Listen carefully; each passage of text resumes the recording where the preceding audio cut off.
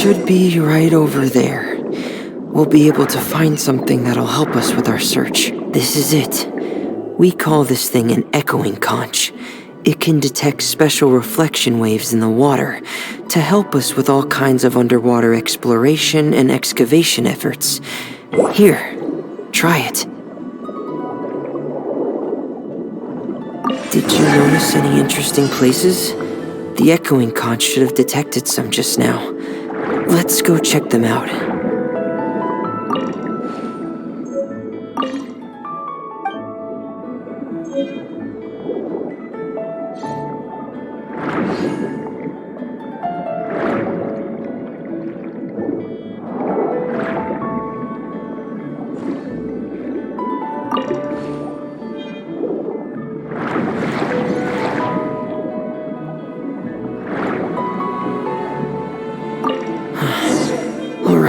These should be enough.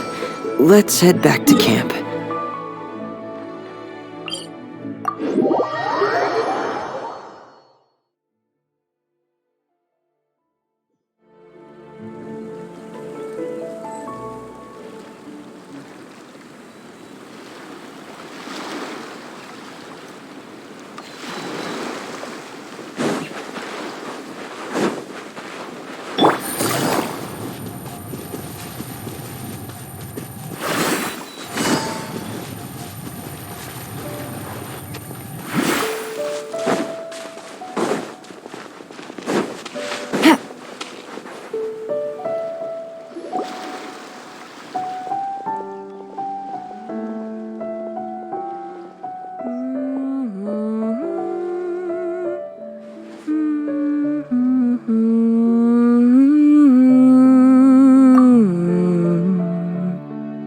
Fremine, you're back.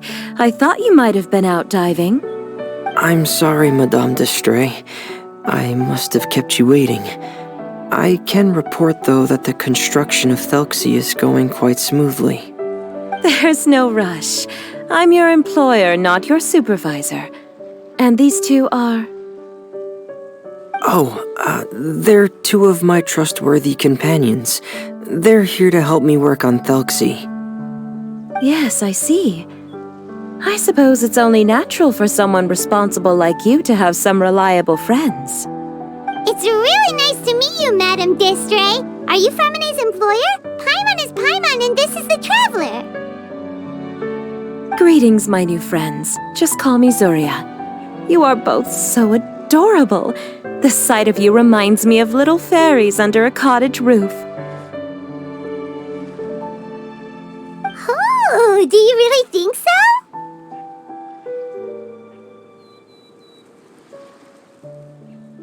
Of course. If my child had friends like you, then perhaps he wouldn't have become so obsessed with the tales of water imps. And I wouldn't have had to trouble Fremine here with this commission. Obsessed with the tales of water imps? Ah, so you don't know anything about my request yet? I would have thought Fremine had explained it to you already. Well, Fremine told us that it was a private matter, so he didn't want to just share it willy-nilly. I see. So Monsieur Fremine is even more discreet than I had thought. As you are assisting him with the project, I believe it'll be beneficial for you to learn more about its vision and history. But it would be quite impolite of me to simply pile all of my troubles on you without your permission. So, would you like to listen to my story? Sure, you can tell us anything. You've already said nice things about us, so we'll try our best to help you get through your troubles. Ah, what a lovely little fairy. Then let me think of a way to put my situation into words. I'm sure you're already familiar with the tale of the water imps, right? Simply put, parents came up with a story, painting water imps as scary abductors in an effort to convince their children to stay away from the water. My child is rather special, however. While most other children are terrified of Thelxie, he's infatuated with him. Infatuated? With a water imp? What a brave soul. Yes, he told me that he thought the water imp might have just been misunderstood. In his mind, instead of singing to abduct children, the water imp actually sang out of a longing for companionship. As a result, he often goes near the water in secret. So he wanted to become friends with the water imp so it wouldn't be lonely any longer? What a unique way of thinking. Thank you, little Paimon. He indeed has always stood out from the crowd. He was actually diagnosed with loneliness syndrome when he was only 8 years old. It's a type of mental disorder. Those affected by it often feel extremely lonely and lose interest in many mundane activities. The syndrome is probably what made him so determined to become friends with the water imp. Oh no. Is it a very serious disorder? If you were to become afflicted with the disorder, Paimon, you would only be able to say less than a fraction of the words you're saying to the traveler now. No! Paimon won't accept that! We would have to find a doctor to help cure Paimon. Paimon has a 2,000-word quota for daily conversations with the traveler, and she won't settle for a single word less! The family doctor has already begun to treat my son, but since the disorder is rare, there aren't many good regimens for treatment. He's also developed some new symptoms lately, such as uncontrollable delusions. Huh? Uncontrollable what now? Uncontrollable delusions. To put it simply, he can no longer differentiate between fantasy and reality, and spends all his time in his fantasy world. Then what is he seeing in his fantasy world? It's a dream that he often mentioned to me when he was younger. I've compiled what I could understand of his recent rambling. It goes a bit like this.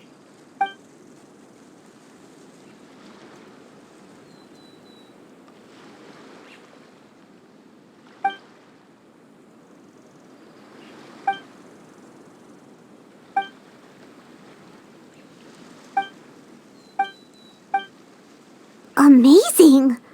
Your son came up with all of this? He really crafted a lovely fairy tale world for Thelxie. It's like a beautiful dream. But perhaps no beautiful dream can ever last long.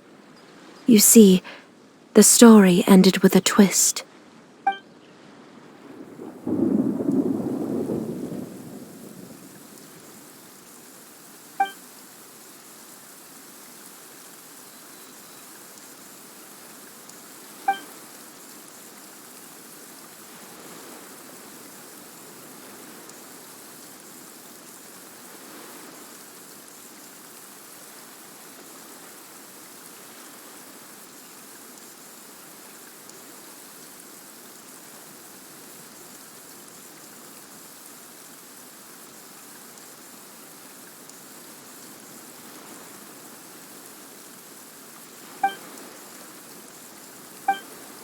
How could the story end like this? Is that kind of fantasizing what caused your son to develop his loneliness syndrome? Well, it'd be more accurate to say that it was the syndrome that caused such terrible delusions to manifest. But in any case, the biggest problem is the patient eventually loses themselves to the fantasy world of their own creation.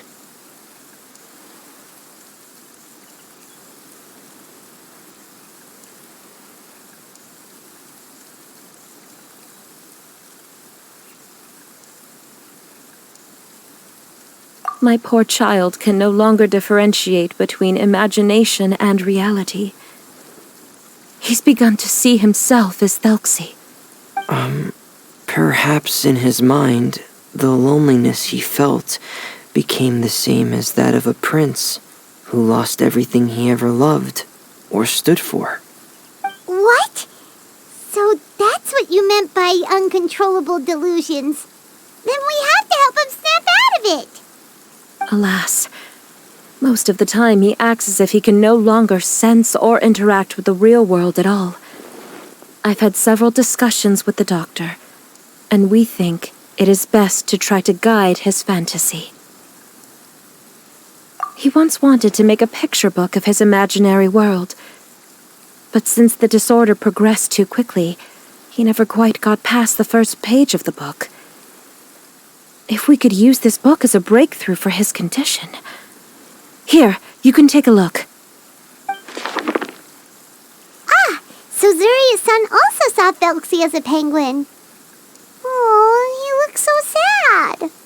What we should do now is help him complete this picture book.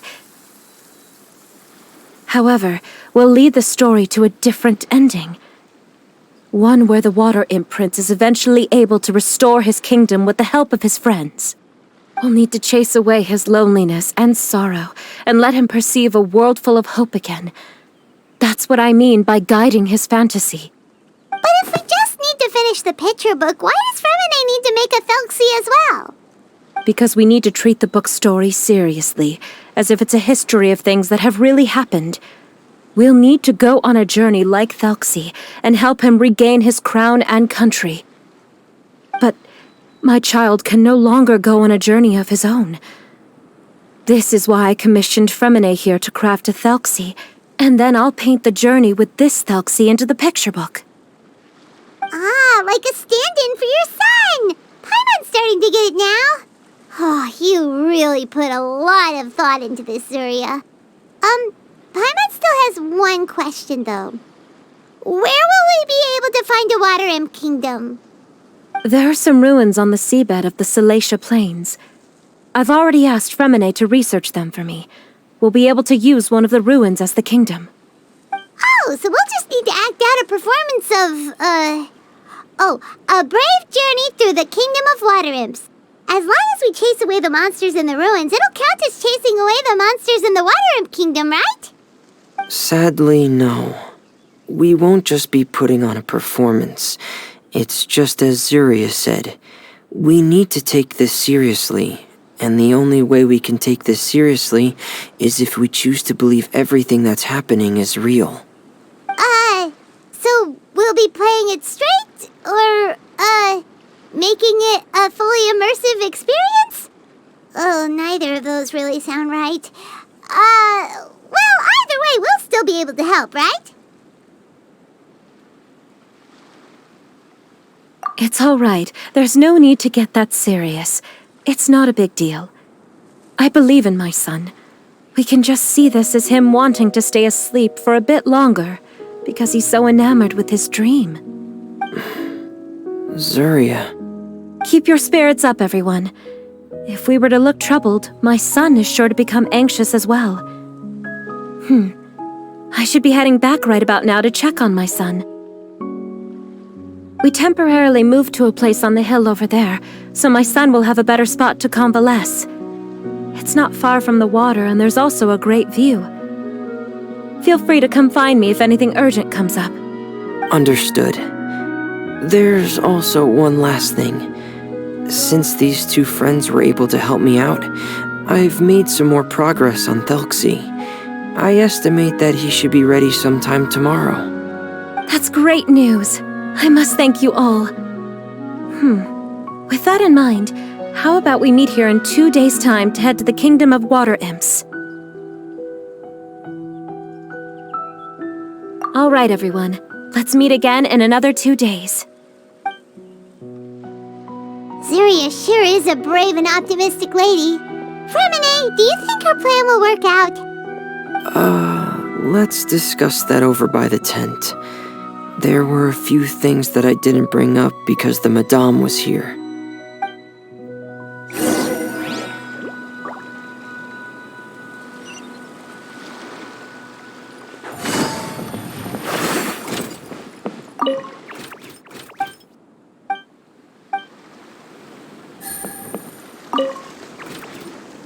What is it, Fremine? What did you want to say? If you don't mind me asking, I would like the two of you to mentally prepare yourselves.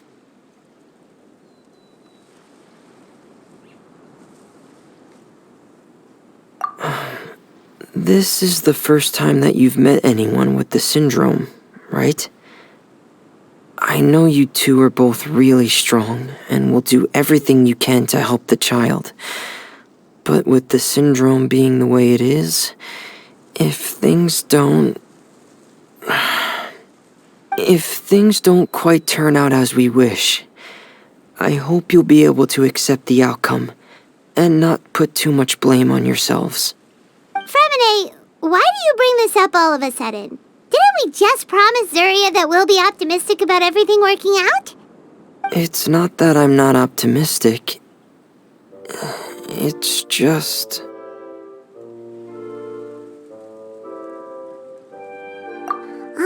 So that's why you looked like you knew exactly what she was talking about. Wait, Fremine, don't tell Paimon that you also... No. Please don't misunderstand. I've never had it.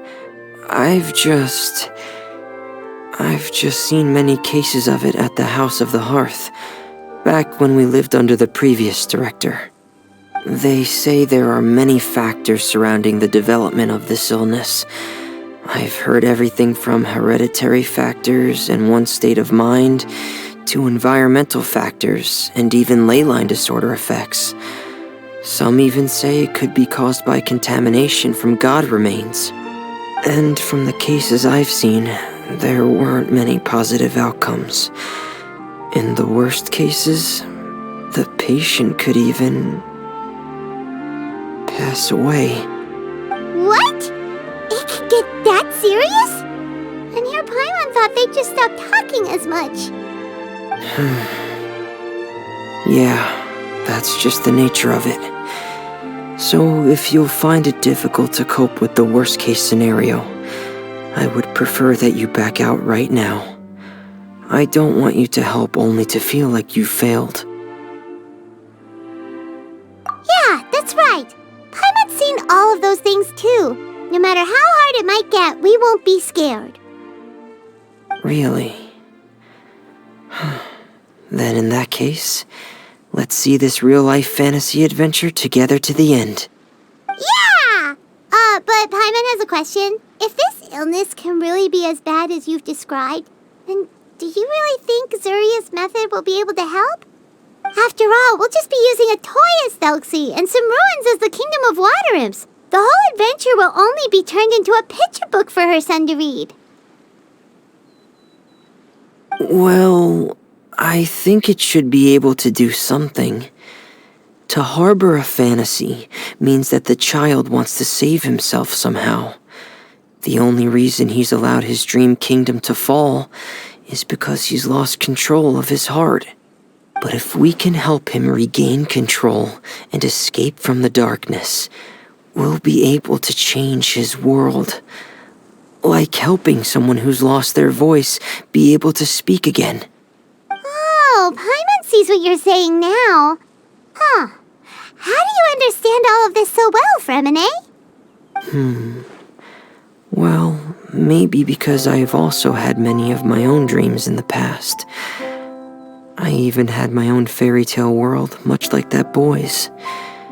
I was able to draw a lot of support from it, so I believe in the power of fantasy worlds.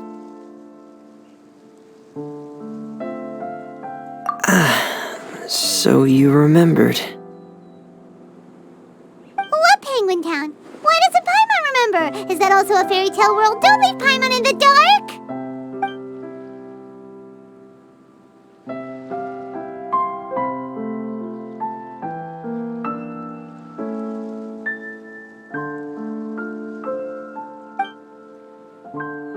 Hey, why did you put that on?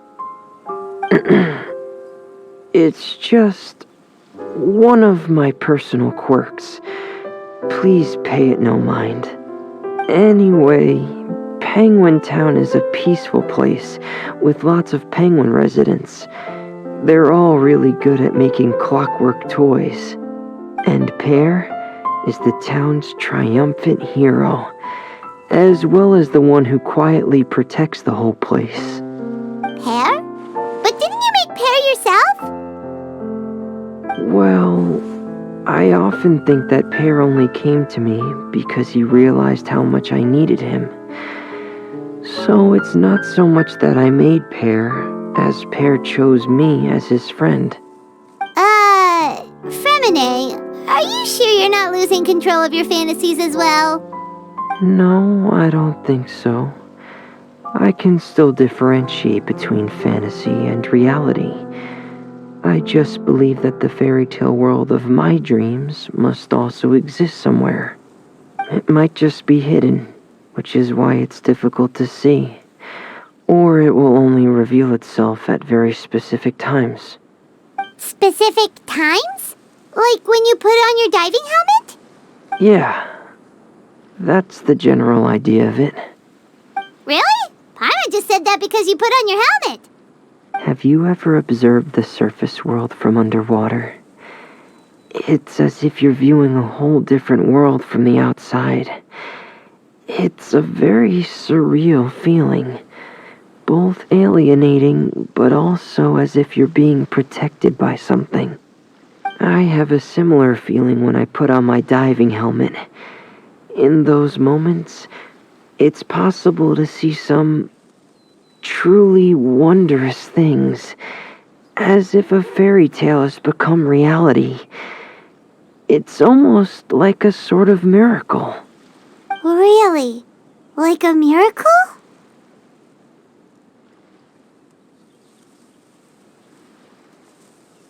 Well, if that's in order.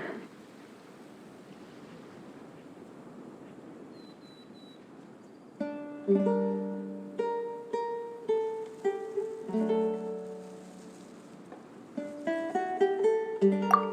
don't you still need time to work on Thelxie's weapon? We don't want to keep you from finishing your commission. Right.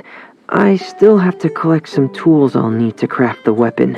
I've got to finish everything before tomorrow. Thank you for reminding me, Paimon.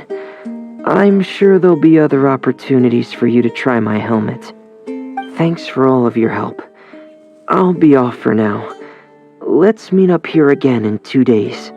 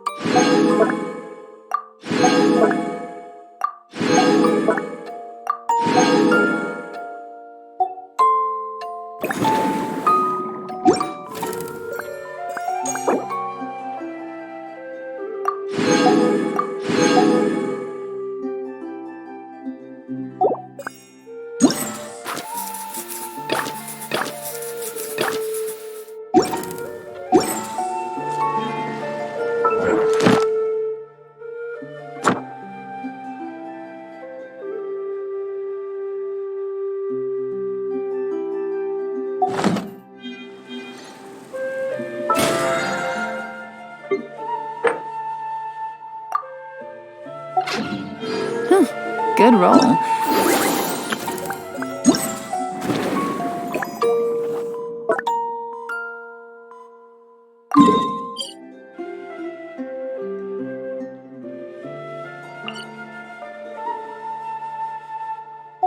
All right, maybe I'll take one.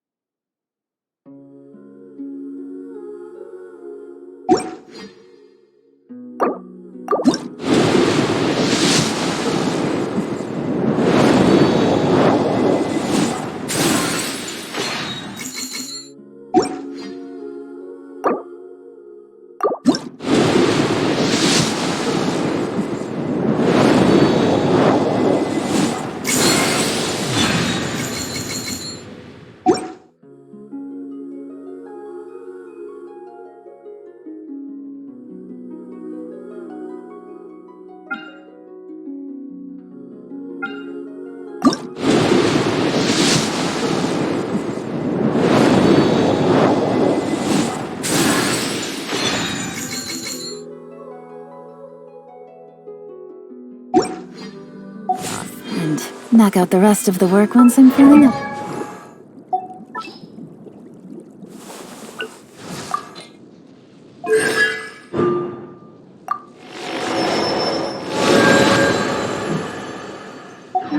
Do it.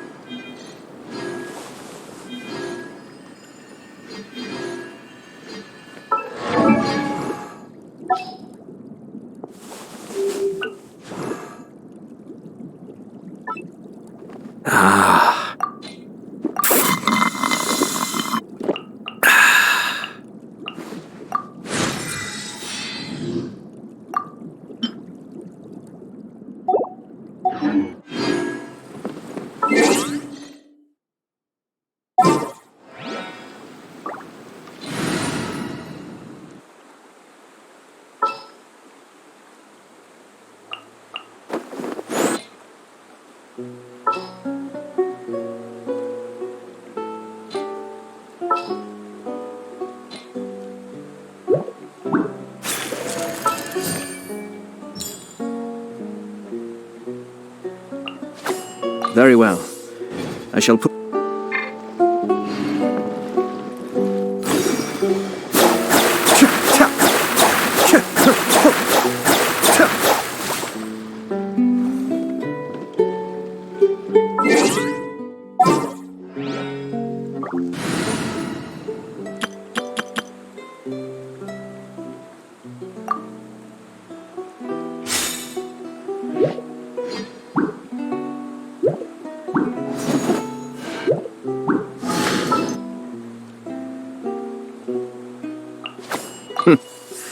Well, this ought to be entertaining.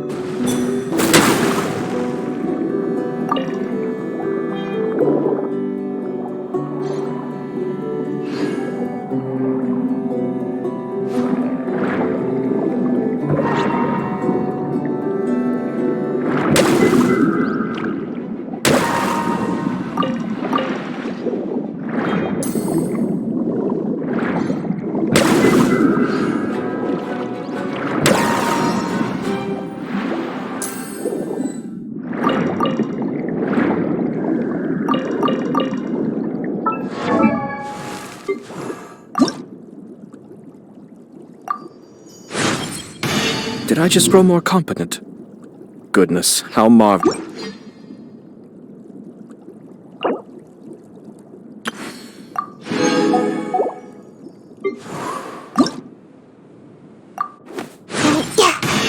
Is it just me?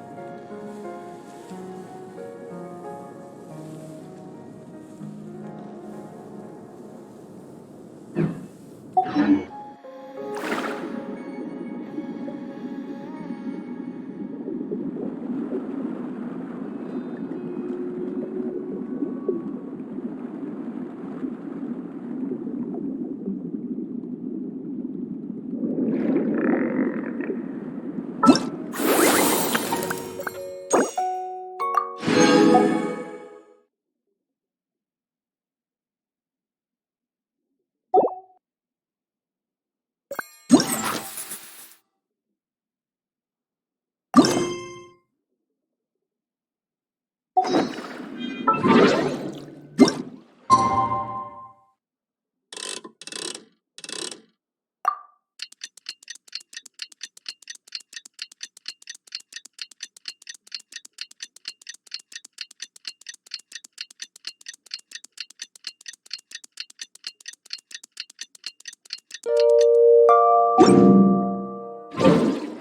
finally come to meet up with Zuria.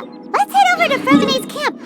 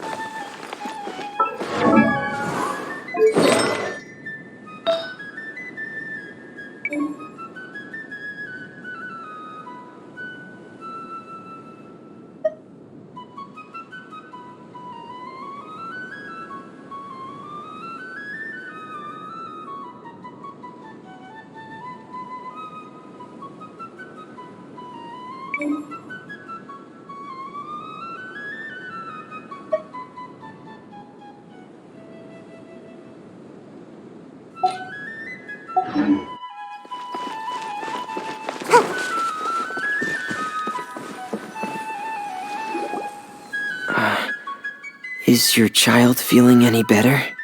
Thank you for your concern, Fremene. His condition is fairly stable. The family doctor said we might be able to take him out for a stroll today. Zuria, Fremene, we're here! Seems like everyone's arrived now. Not quite. Aren't we missing someone? But Paimon has a guess where he might be. Hey, Thelxie!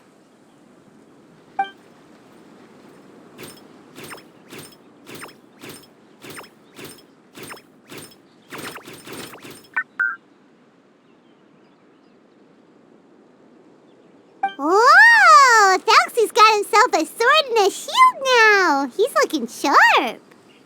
Indeed. With his weapons in hand, Thelxie looks more formidable than ever. You've really outdone yourself, Fremene. We helped too. Yes, you really had a good eye for materials. Everything you found was high quality. Speaking of which, Zuria just told me that she wants to end the adventure with a coronation ceremony. So, could I also trouble you with finding some materials for the crown? You can just keep an eye out for them on our way to the ruins. I was planning to collect the materials myself, but then I realized you might be able to find some prettier ones than what I could get my hands on.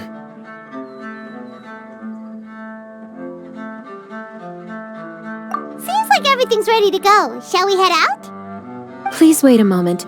I was just thinking. Since Thelxie has already shown us his brand new appearance, we may already be able to draw a new page in the picture book. What do you think? Ooh, Paimon's excited now. Why don't we use the story we know as a reference? Just make the atmosphere a bit less grim. So we'll take out the sad parts and replace them with happier stuff? Sounds great to Paimon. All right, I'll give it a try. I'm not very adept at drawing, but I've seen a lot of art during my work. Now, as far as the actual content of the drawing, please tell me what you'd like to see. Let me think. We can draw the weapon. The prince has picked up the Sword of Courage and the Shield of Perseverance, which proves he has crossed the mire of doubt, and now is ready to wage war against the darkness. Okay, I'll add the weapons. Anything else? Paimon wants to give him some friends. Thelxie's got some friends by his side now, so he's no longer fighting alone. Okay, I'll also draw some companions. Anything else? Color. Ah, color, yes, that's really important. The road in front of him now will no longer be just grayscale, but bursting with color and hope. Who would have thought the page could have become so inspiring? How wonderful! Splendid ideas, everyone! Great! Everyone looks super pumped up. Thelxie most of all. Are you seeing this, my son? Are you feeling inspired by this as well?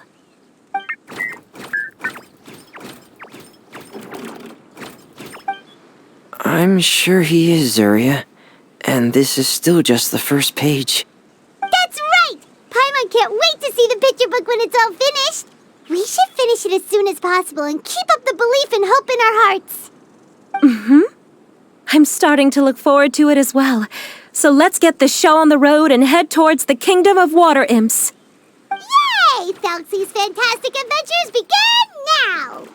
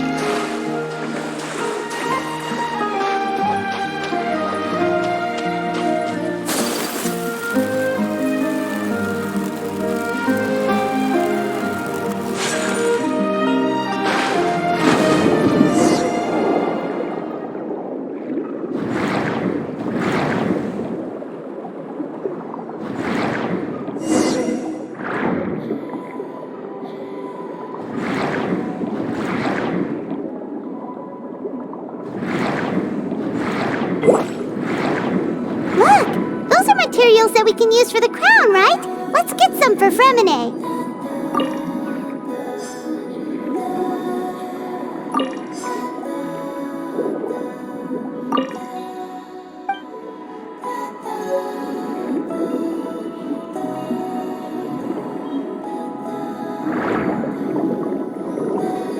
These should be enough.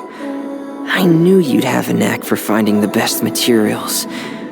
We shouldn't need anything else to head to the Kingdom of Water Imps. Whoa! Is that the entrance to the underwater ruins ahead?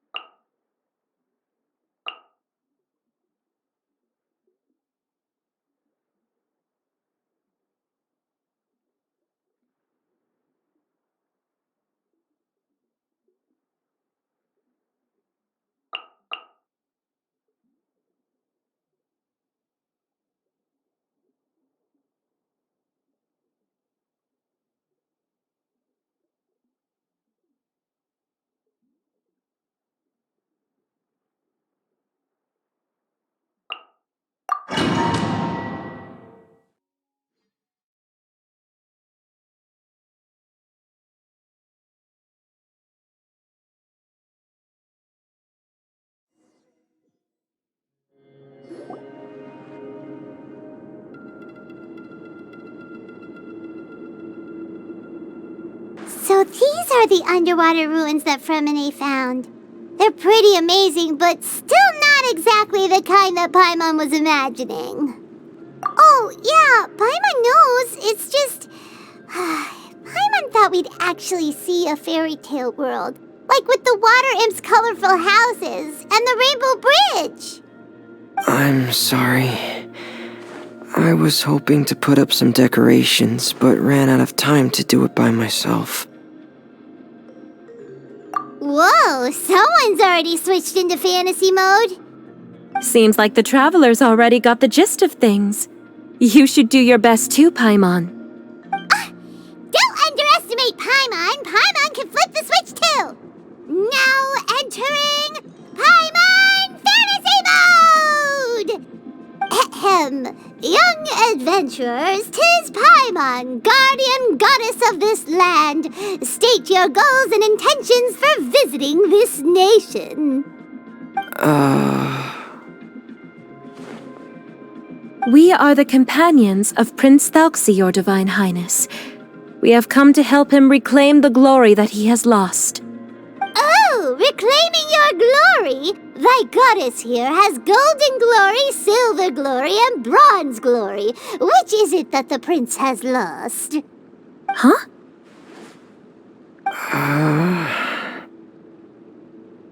Not at all! This is the goddess's test! From your responses, the goddess has concluded that you're all brave adventurers without the taint of greed in your hearts. As such, you are worthy of everyone's respect. So please accept the goddess's reward. The goddess will now bestow all 3 types of glory upon you. And as for this prince, the goddess will also bestow upon you the rainbow glory, so your future will always be filled with light.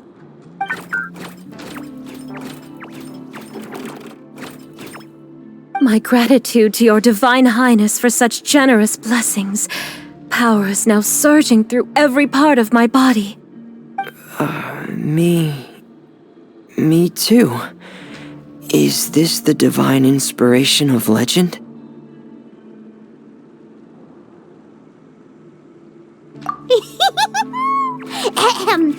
Now, adventurers, forge bravely ahead and defeat the monsters that have taken over the kingdom. You will be sure to find that which you seek.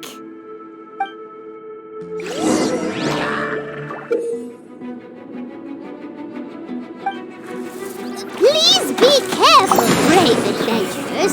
Just ahead are some evil enemies that have invaded the kingdom of Waterim. They're called... Hilly Churls of the Deep.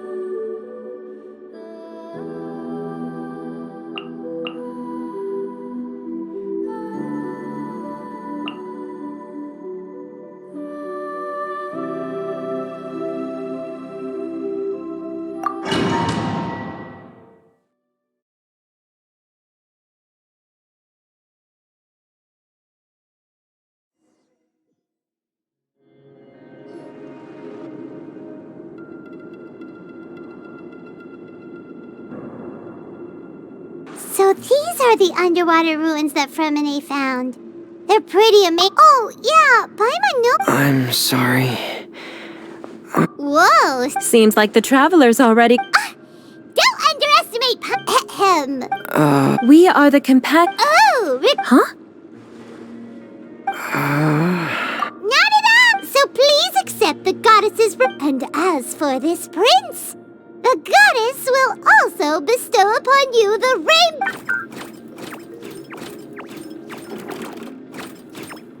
My gratitude to Your divine... Me.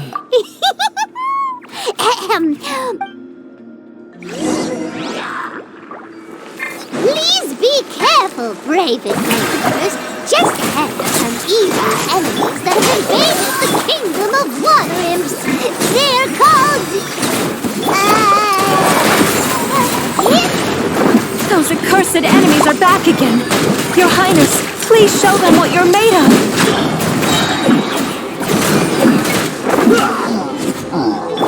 Strike a pose! Dissipate! I see everything! Go! Ready, steady, go! We're under attack again. It's a Lawitcher of the deep. There's no need to fear, my friends. His Highness is so strong now that even a Diviniture of the deep would pose no threat to him. Commit to memory! Time to shine! It's finally over! So have we defeated the evil monsters and reclaimed the kingdom of water imps? Yes, it should now be time for us to attend Thelxie's coronation ceremony. The only thing is, I didn't expect this to go so smoothly.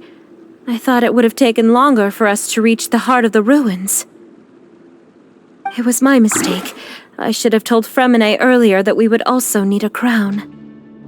It's all because the Traveler and Goddess Paimon were too strong! We just eradicated all the monsters in one go! It's okay, Zuria. We can come back again once I've made the crown. Then I must thank all of you again for taking the time, and you too, Thelxie, my child.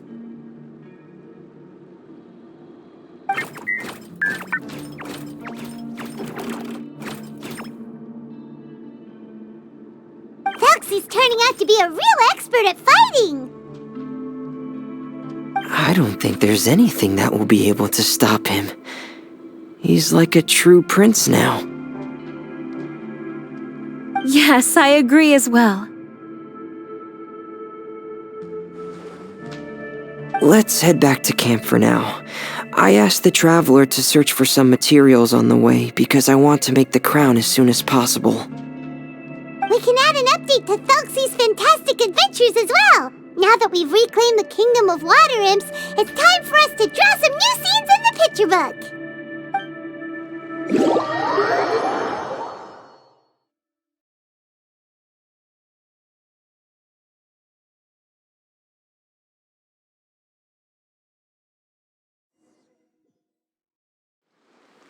Zuria and Fremine, why don't we draw the new pages first? Paimon really wants to update the picture book.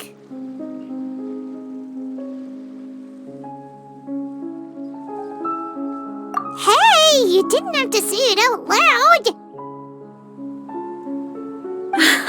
No problem. I'm happy to oblige. Then in that case, the story today should go something like this. After overcoming many obstacles, Prince Thelxie and his brave companions finally arrived at the entrance to the Kingdom of Water Imps. At this time, the little fairy in the group, Paimon, revealed her true goddess form to her companions. Woohoo! The goddess has arrived! She praised the companions for their purity, and to reward them, she bestowed upon them many blessings, and even prayed that the prince would be able to fulfill his goal. Bathed under the goddess's glory, the prince and his companions charged into the bastion of evil, chased away the monsters, and rescued the pretty water imps from their imprisonment. The prince finally managed to reclaim his kingdom. But as for the crown... Oh no, the crown isn't ready yet! No. The crown was within the prince's reach, but the monsters took it with them as they fled. They haven't given up and are sure to return, but the prince is certain to reclaim the crown the next time they fight. The brilliant rainbow shall descend onto the kingdom once more. Oh, and Paimon can almost see it all happening now! Whoa, the pages are beautiful! Zuria is really talented at drawing. Thank you, everyone. We've also completed the second page of the picture book now.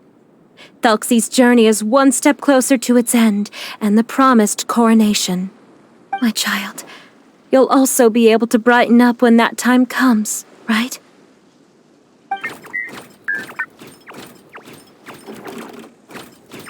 I'm sure he will, Zuria. Who knows? Perhaps the doctor will already have some good news for you when you get back home today. I sure hope so, Your Divine Highness. Oh, Fremine, about the time you'll need for the crown. Please don't worry. One day should be more than enough. Ah, then I must thank you for your hard work. All right, let's rendezvous here in another 2 days' time for our final adventure, okay?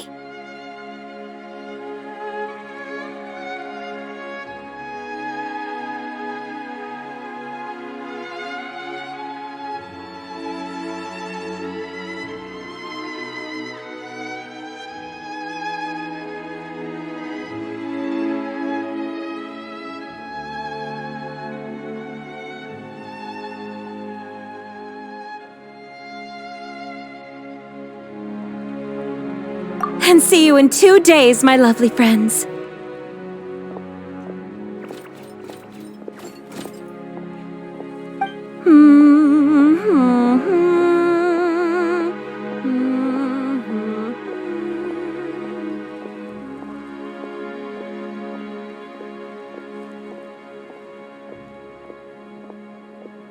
All right, it's about time we start heading off too. You've still got some work to do, right, Fremine? Yeah, I'll need to go to the city shortly to get some parts for the base of the crown. I want to try out a few different designs and choose the one that looks the best. Yeah, Paimon knew that you didn't often take commissions from others, but Paimon had no idea you'd be so dedicated once you're on the job. Well, about that, it might be because... Because what? It's because... I hope... What's the matter? And what's with that look on your face? You're turning red, and it looks like you're about to run away and put your helmet on again. Am I turning red?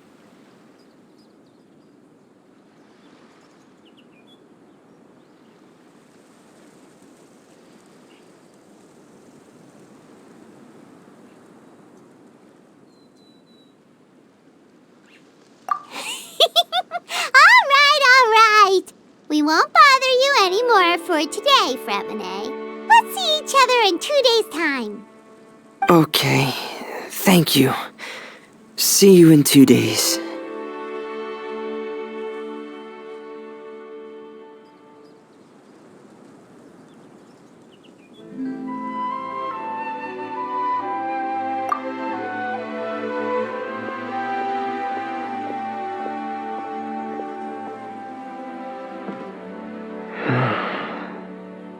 I hope that everyone who's found themselves in a dark place would be able to see something beautiful and experience a miracle for themselves.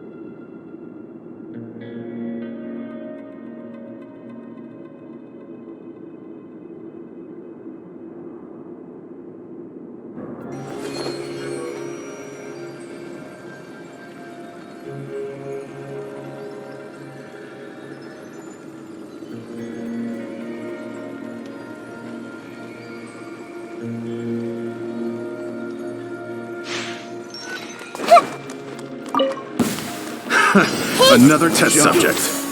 Sharing my knowledge. Go! Try! You can't run! I can do it with all my strength. I see through you, dumb killjoy! I got you! Uglay, you're up! Another test. Let the mighty be humbled! You can't run! Try! I'm getting sick of this.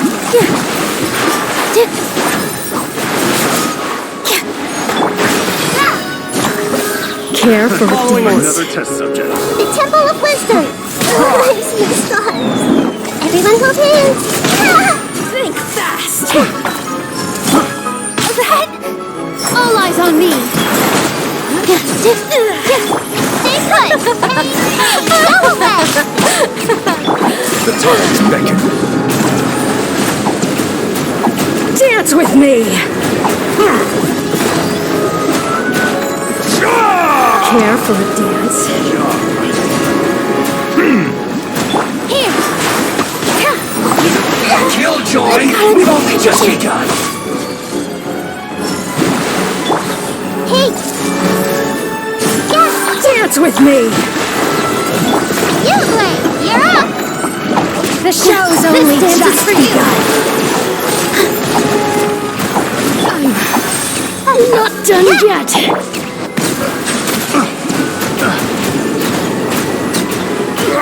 Let the mighty be humbled! You can't run!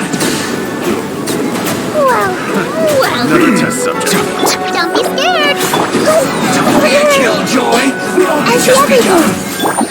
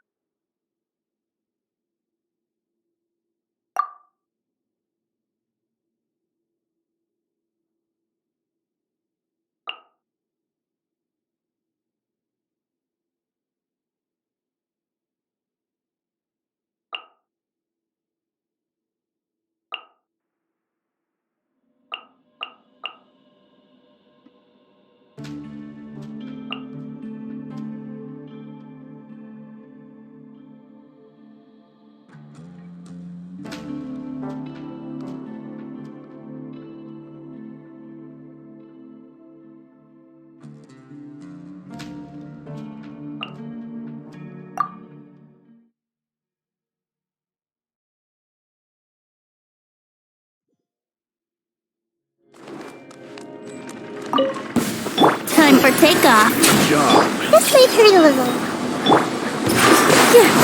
All eyes on me. Everyone hold hands. I'll protect us. Come on, we can do it. I got counted. Killjoy! We've only just begun! I think you can get away. Dance with the waves. Make yourselves at home. Commit it to memory. Ready, steady, go. Care for a dance? Another test subject. Hey, Try! with all my strength. All eyes on me. Dance with me! Time for takeoff. The show's only Brace just yourself. begun. This may hurt a little. Care for a Come dance? at me! I got counted. You can't run! I see everything. Dance with me! Temple of Wisdom. Think you can get away? This dance is for you. Grow, grow, grow. Not done yet! Come on, we can do it. Go, Barbara, go. Time for takeoff. Positions. You can't run!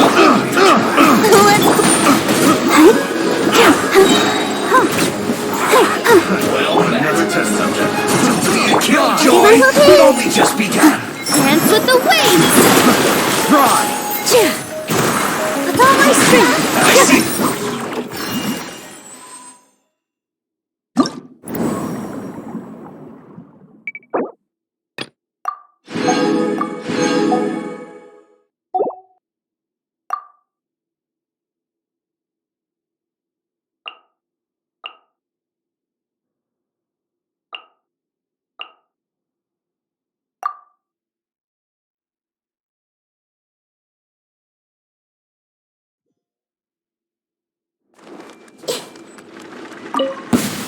Hey, Another test subject. make yourselves at home. The night is cold. Only just My bond is strong. The tides beckon. Another test subject. Silence.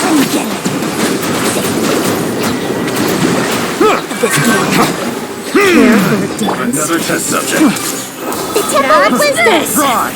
Stand with me. Don't be scared. Let the mighty be humbled. Dance with me! Be a good audience. Care for a dance? Everyone hold hands. Not now. Cold. Mine to compete. The bond is strong. I'll settle this. Bow your head. Move fast! The tides beckon. Don't be a killjoy. We've only just begun. Another test Stars, shine through. Try.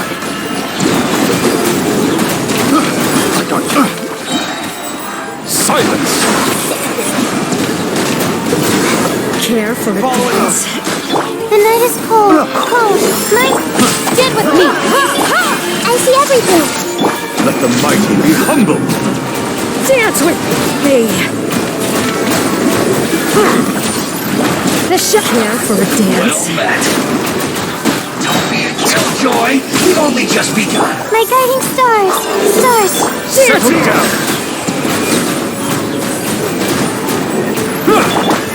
Be a good audience, won't you?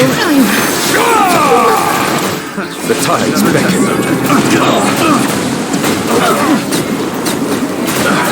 Well met. Another test subject.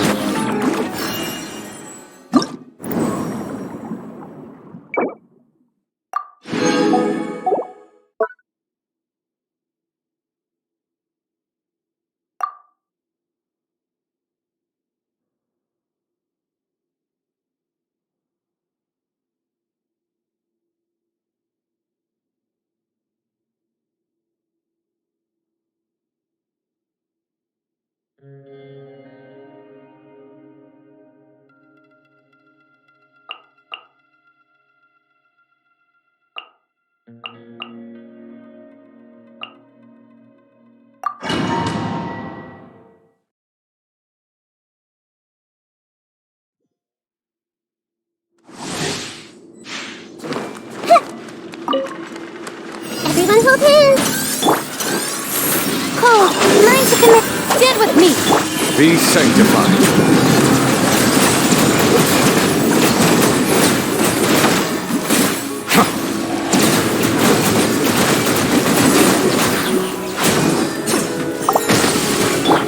I see everything. The night is cold. Don't be scared. Make yourselves at home. Silence.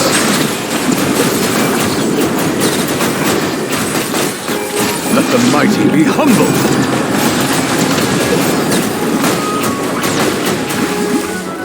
Not now. Stars, shine for me. Everyone hold hands. Dissipate. Lightning, terrified. Settle down. The tides beckon. Hey! The Temple of Wisdom. The night is cold. Don't be scared. Our bond is strong.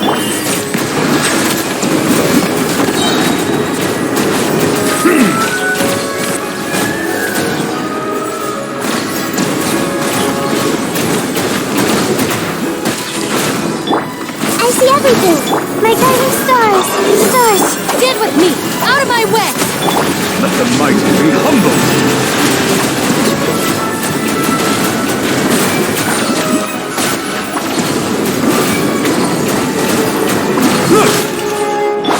Hey! The night is cold. Don't be scared. Dissipate. Silence.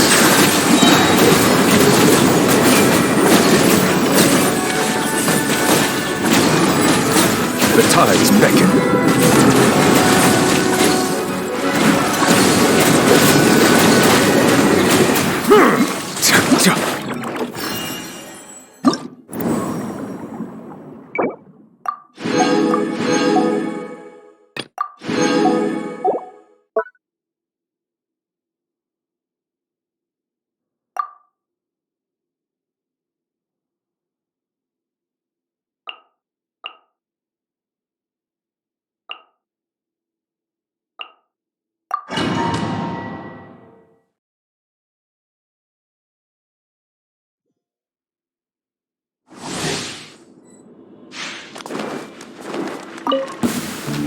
following on. A new punching bag. Sharing my knowledge. Stars, shine for me. A bond is drawn. Be sanctified.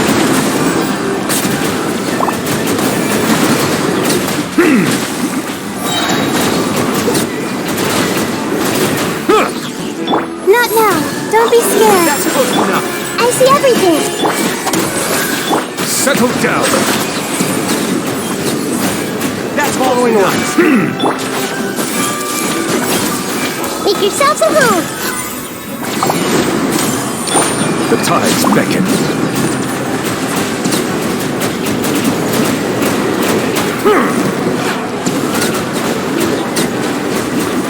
Coming was proposed. Hey! My guiding stars. Hold. Silence. Let the mighty be humble. I'm not sick of this. For the eternal Get with me. The night is cold. Don't be bloom as scared. the Bow your flowers head. in Gurabar. You are not welcome. The tides beckon.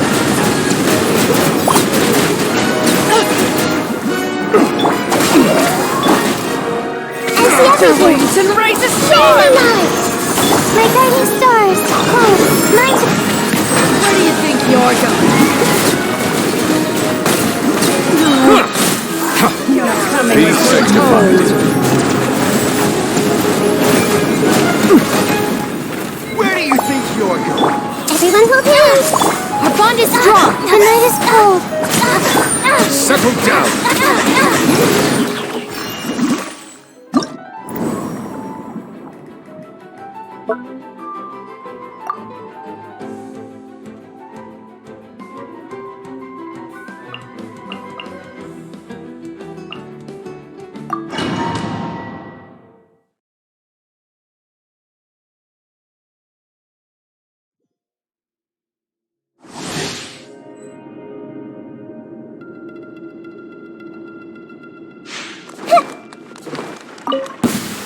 Hey, Another test subject. the Temple of That Wisdom. tingle? Oh. Not now.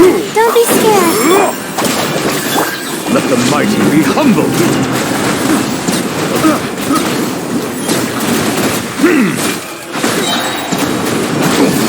Coming.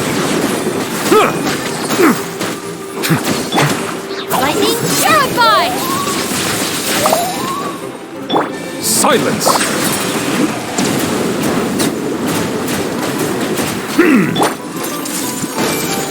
Sharing my knowledge.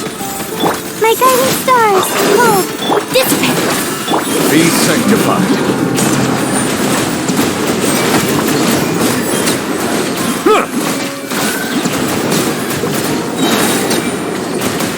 Pay your dues. Don't be scared. Stand with me. Let's trade for a little. The tides beckon.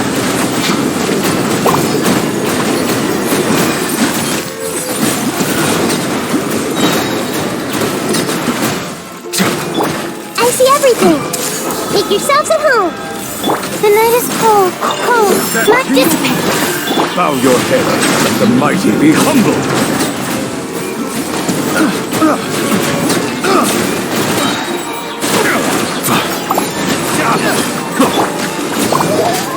Stars, shine for me. Not now.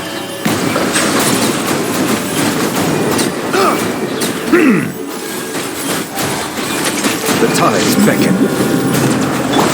Hey! My guiding stars. Don't be scared. Stand with me.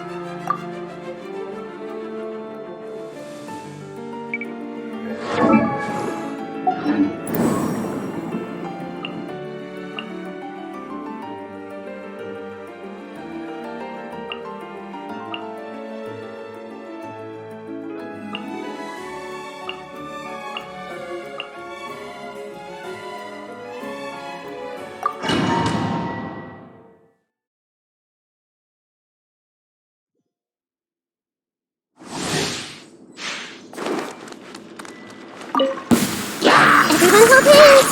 The Temple of Wisdom! Not now. Cold. Minds of command. Dissipate. Let the mighty be humbled!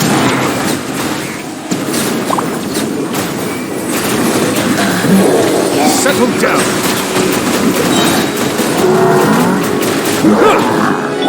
I see everything.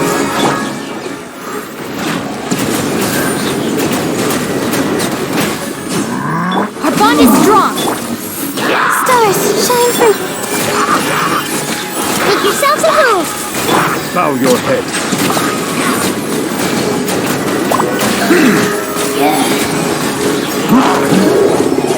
Be sanctified. Don't be scared.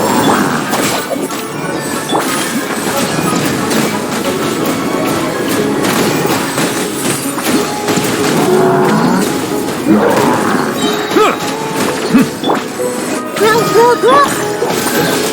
I'll settle this. The night is cold. Cold. Mine to command. Hey!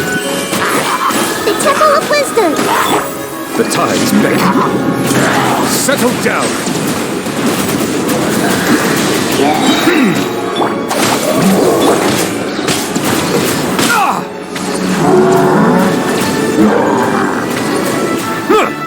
My guiding stars.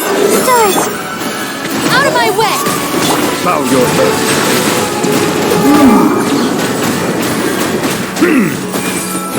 Be sanctified. Let's leave her a little. Yeah. Settle down.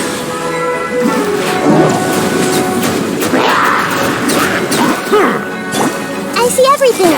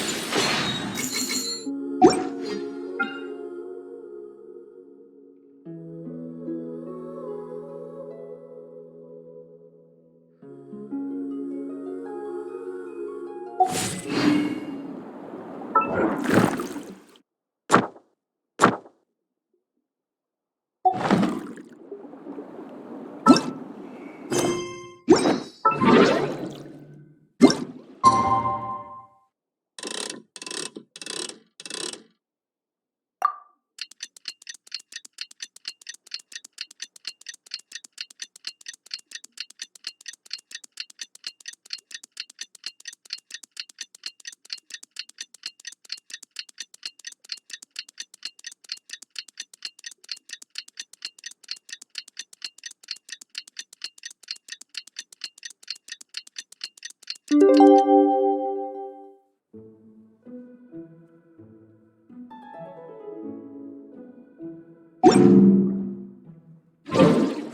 the final.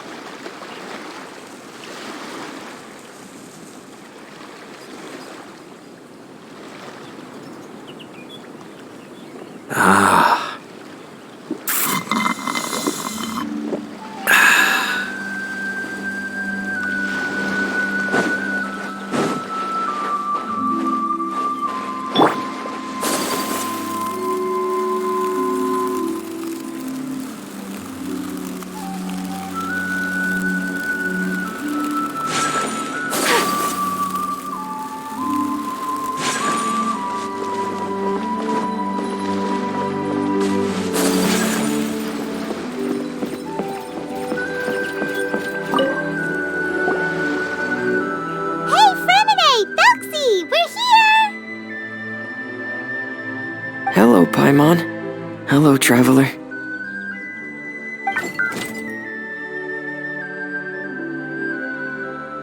Is the crown ready? Yes, we're just waiting for Zuria now. She hasn't arrived yet. Then let's wait for her a little while. Or actually, maybe we can go find her. It's not too far from here anyway.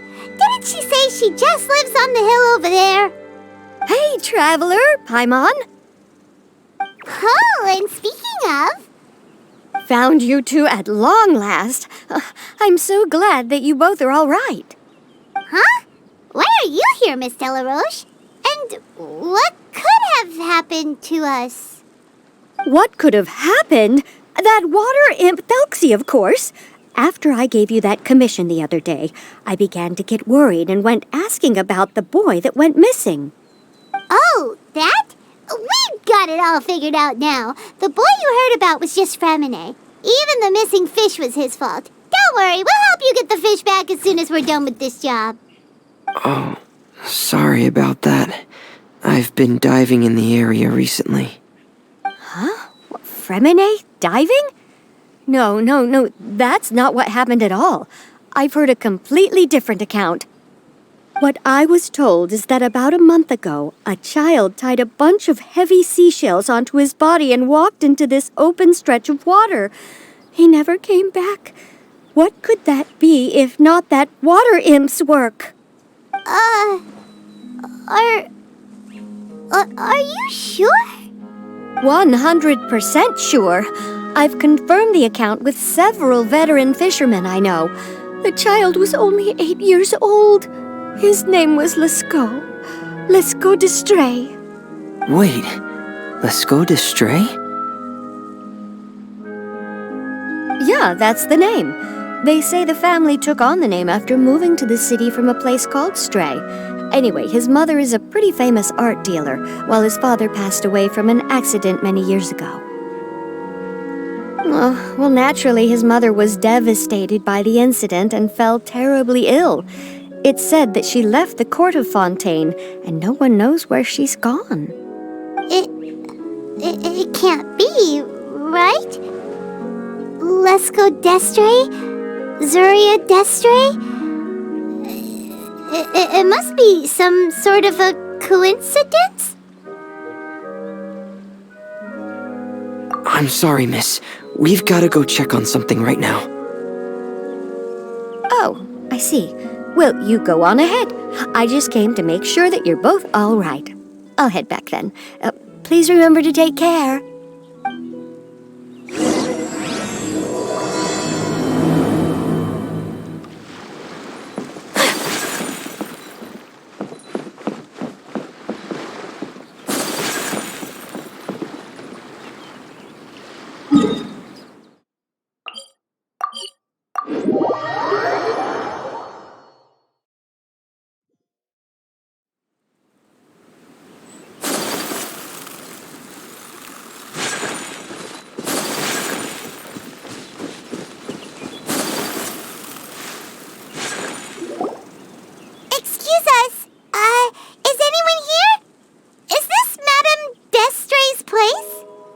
Who are you? I have a patient here who needs quiet bed rest. Please leave us be unless you have anything urgent to report.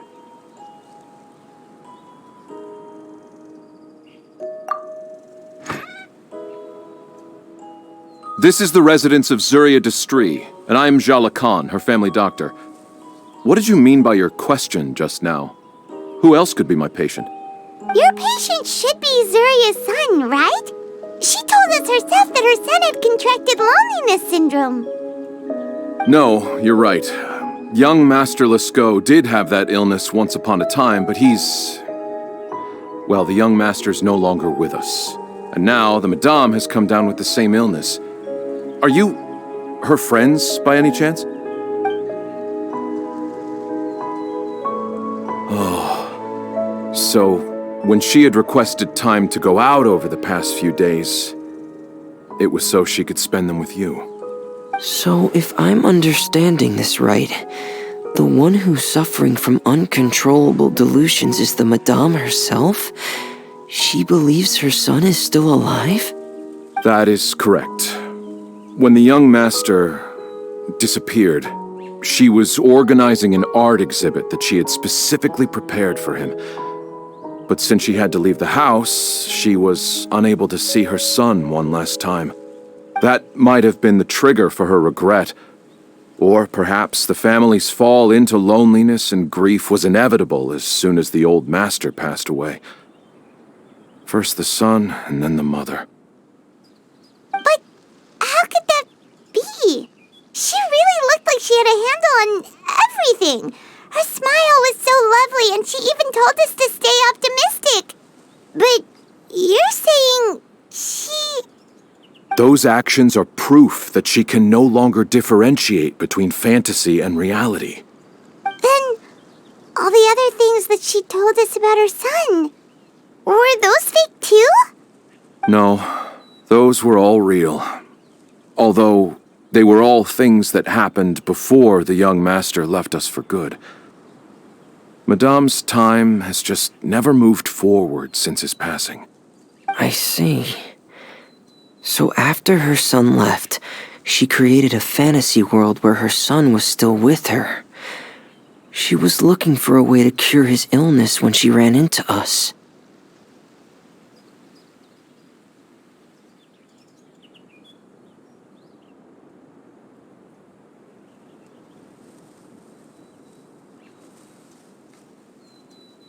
She has been in a good mood the past few days, even humming a song when she returned from her stroll.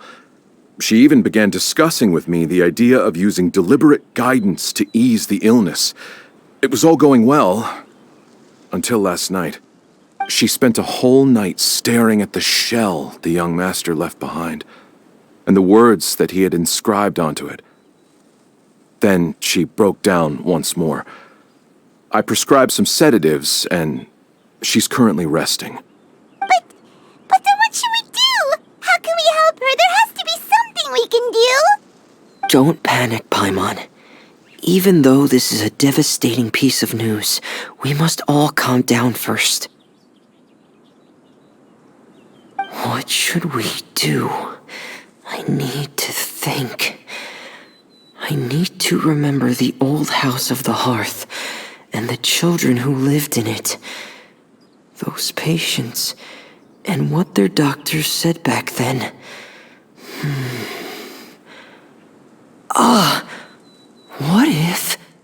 Dr. Jala Khan, have you seen a picture book? The Madame should have brought it back with her. Are you thinking about trying the guidance therapy she talked to me about before? It's worth a shot. I'll go get the book. Yes, this is it. That's right. If what Dr. Jalacan said was true, the past few days have been very helpful to Zuria, so we should complete this journey. We need to show her that her child has found a happy ending in the world of her dreams. But wouldn't that just make it harder for her to accept reality? One must first face reality before accepting it. The Madame has been crushed by her feelings of grief and can no longer bring herself to face reality. Our first priority would be to get her out of this state. Right. Before today, I had thought she wanted to use Thelxie's fantastic adventures to save her son. But now, I think she might need it to save herself. And if we could complete it, we should be able to give her some feeling of inspiration and closure. Maybe those feelings would be enough to give her some courage to face reality again. There's no time to waste. Let's set off right away.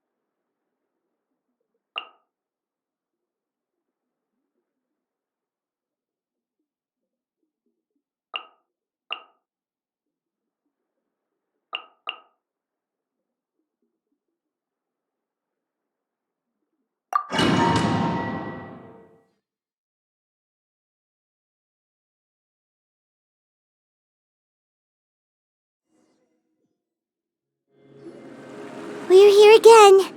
This is the final part of Thelxie's journey, but the most important person is missing. Everyone, please don't be so down and gloomy. Remember what she told us? If we were to feel troubled, the patient would become anxious as well. You're right. Paimon needs to smile. If we have to give something to Zuria, it should be our smiles. We have to keep smiling as we finish this adventure. And then she'll be able to recover, right, everyone?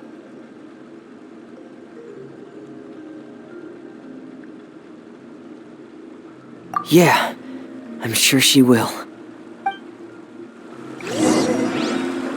Oh! Be careful, brave adventurers! Here come the evil monsters that stole the crown! They're... the deep sea Cyclops! Let's beat them up!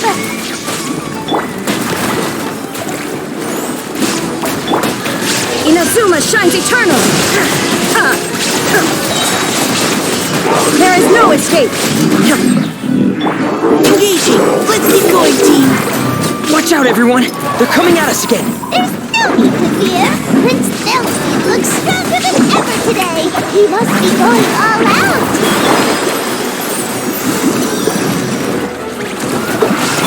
Shine down! Final warning! Get in gear!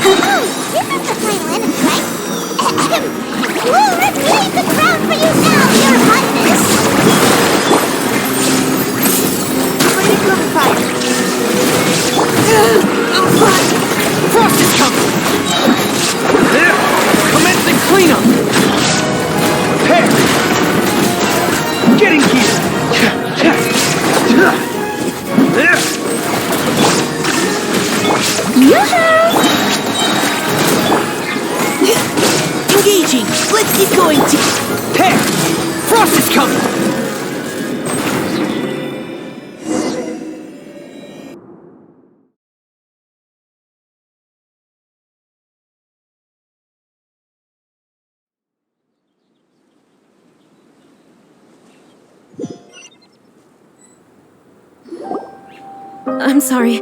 I have to go. I made a promise to my friends, and I'm already very late. But, Madame, you're still... Don't try to stop me. Today's the most important day for treating Thelxie. We'll use the guidance method. Didn't you also say that you'd think it'd work? I'm not trying to stop you, Madame. It's just... Could you tell me the name of your child? Dr. Jalacan, how can you forget the name of your own patient? His name is Thelxie. He's the prince of the kingdom of water imps. We will go today to reclaim his crown and attend his coronation ceremony. I see. Madame, please rest assured, everything is still on schedule. Your friends have already departed to find... Wait, look. They've already returned. Zuria! Zuria! We've retrieved the crown! Paimon, everyone, have you really? Yes, but the coronation ceremony still hasn't taken place, because we felt like you should be the one to preside over it.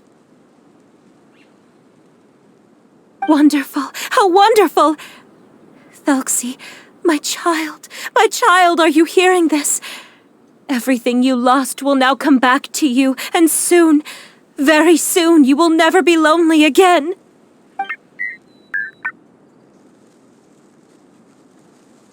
And the last page of the picture book. It's still waiting for you to illustrate in color. Right, the picture book. But I don't know what I should put on the last page. Don't worry, Thelxie and his friends all know what should go on it. Get ready, Zuria. We'll describe everything for you. Okay. At last, Thelxie and his friends were able to drive off the final invading monsters and achieve a dashing victory. Their success was complete, and the recovered crown resplendent. The water imps, finally returning to their homes, showered the prince with love and applause as he greeted them. They once again offered their precious shells to the prince and reconstructed the rainbow bridge of old. As he watched the scene unfold, the prince could not help but be touched by its beauty. Moved by everyone's happiness, the prince stepped onto the rainbow bridge and took a good look at all the friends who had gone on the journey with him. There stood the traveler, Goddess Paimon, Fremine, and... Where's the last person? The prince looked frantically around, but could not find the person he wanted to see most. At that moment, the person suddenly appeared on the other side of the bridge. She walked towards him with a smile and slowly lifted her veil. The prince could not hold back his tears. He recognized then that the mysterious person that had been by his side the whole time was none other than his mother. Zuria walked across the bridge and placed the crown above the prince's head. She smiled down upon him as she said, "My prince, my king, you shall never, ever need to feel lonely again." That's the end of the story, Zuria. Thank you. Thank you all. I am so sorry, my child. Maman should have spent more time with you. Did you hear the story? You'll never have to feel lonely again.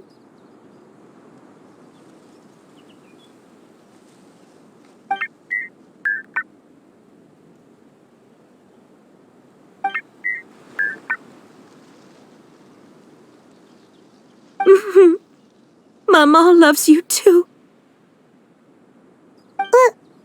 What's happening? Is Zuria talking to Thelxie?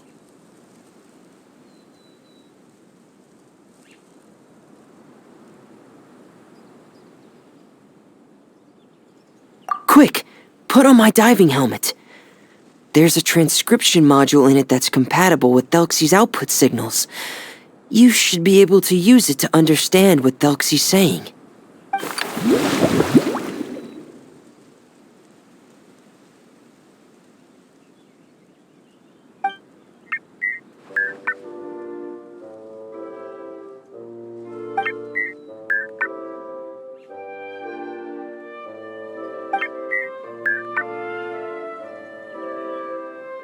Maman. Maman loves you too. But I love you more, Maman. What? Did you see something? Maman, I'm getting a little sleepy. If it's time for bed, can you hum a lullaby to me again? Of course, my dearest child. As long as you want to hear it, Mama will always hum for you.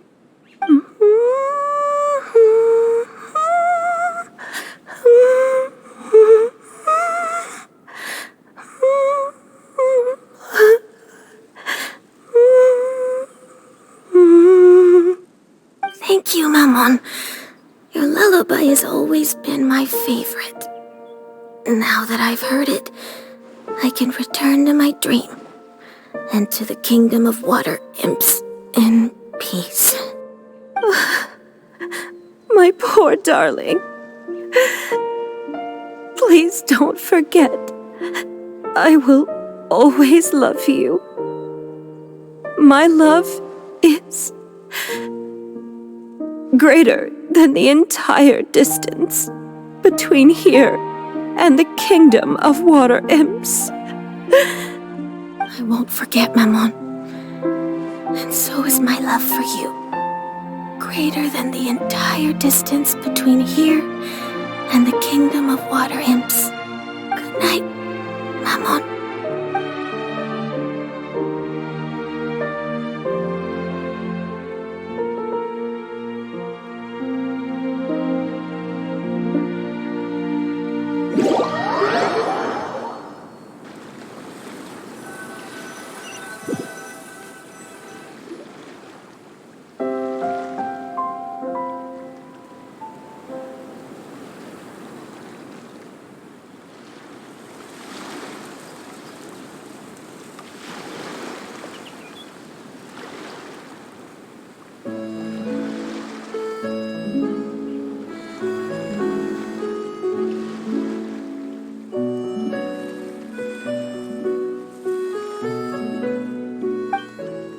Traveler, Paimon, you're here.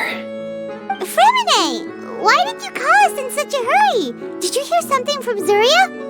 Oh, if it's not good news, Paimon doesn't want to hear it! Don't worry, it's definitely great news. The Madame came here for a visit just now with her doctor. Color has returned to her cheeks, and she sounded full of energy as well. She said she'd like to return to the court to continue hosting the art exhibit, but this time, she'll work with her doctor to exhibit some picture books related to the illness.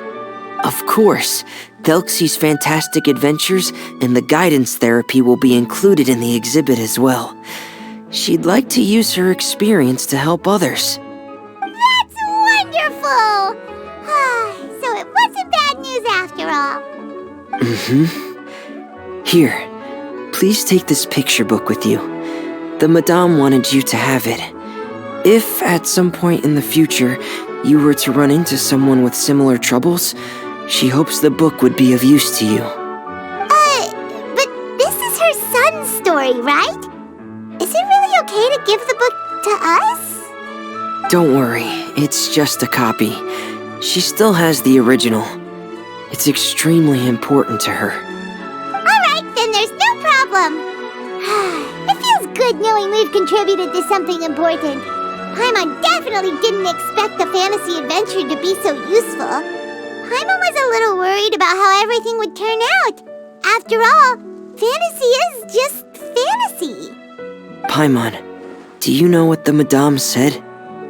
She said that at the moment when she placed the crown on Thelxie's head, she felt like she really saw something beautiful. Her child had returned, and he told her that he loved her.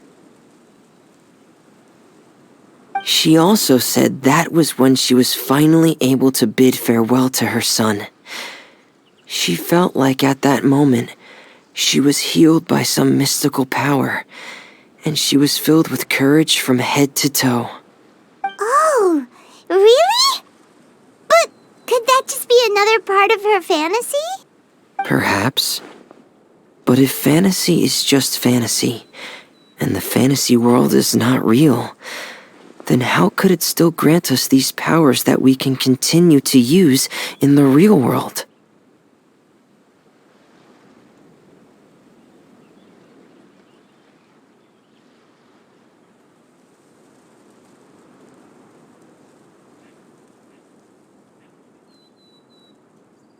But what else could it be?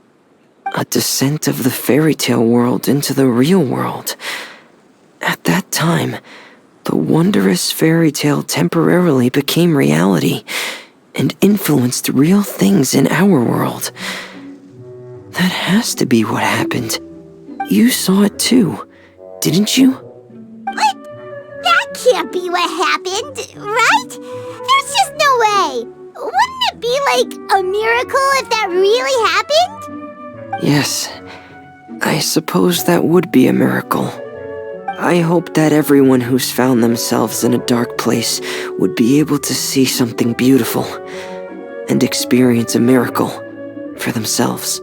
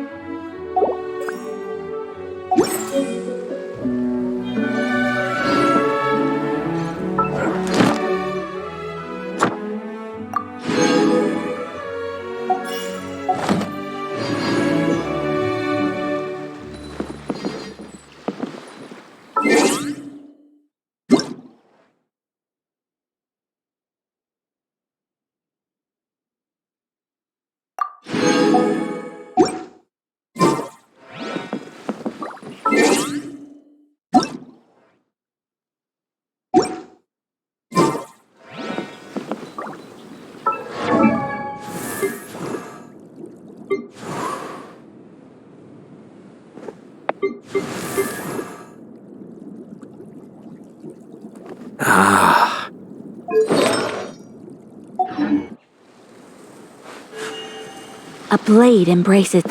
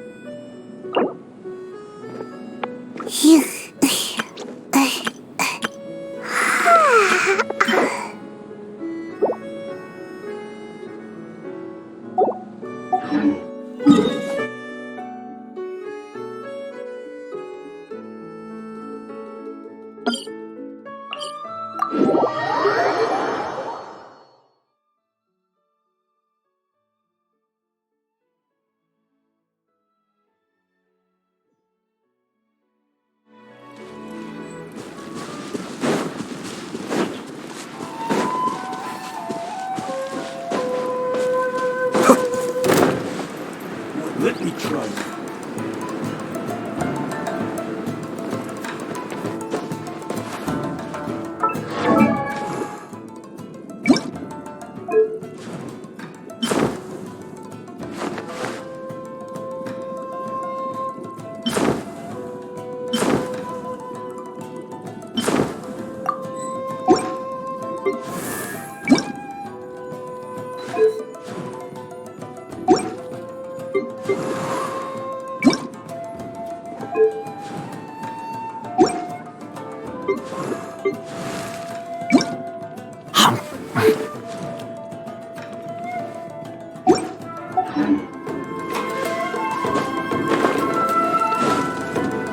Fall before me! Fire it up!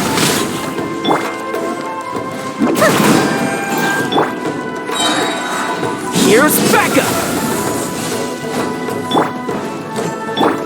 My apologies! Cascade!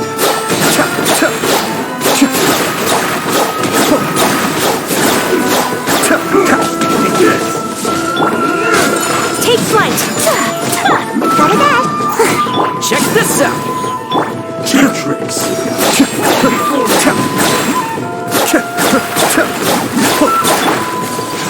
My apologies! This will do! Yeah! Yeah! Take flight! Embrace the ice! Ready! You come on out. Be still.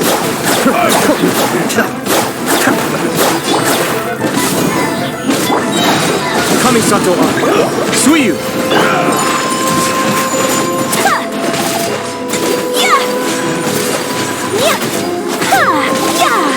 I got you covered!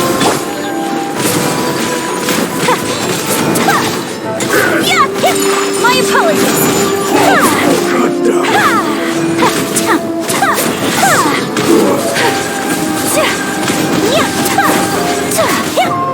Whirling snow!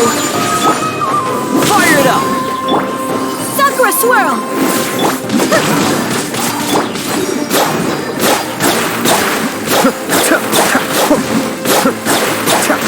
I may have overestimated. Take flight! Check this out! Yeah!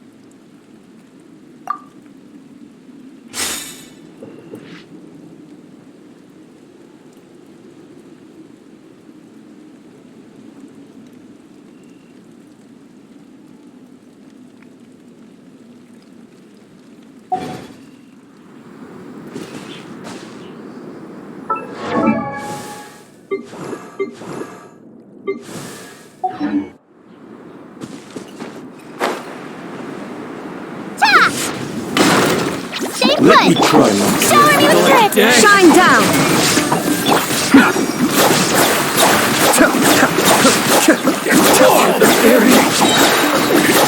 Mind the deluge. Go get him, Uruguay! God, no. Like this.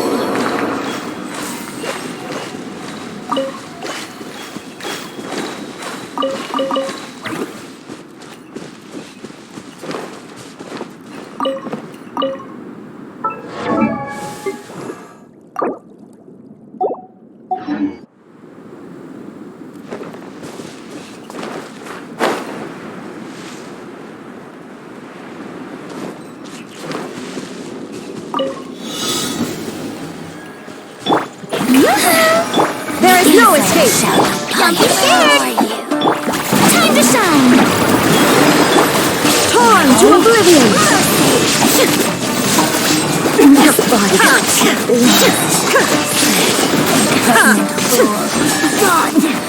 Winter shall eventually But a momentary distraction.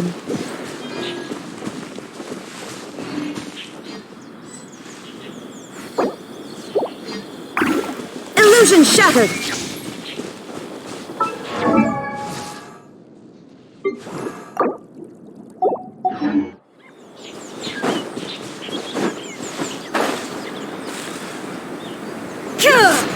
Shine down!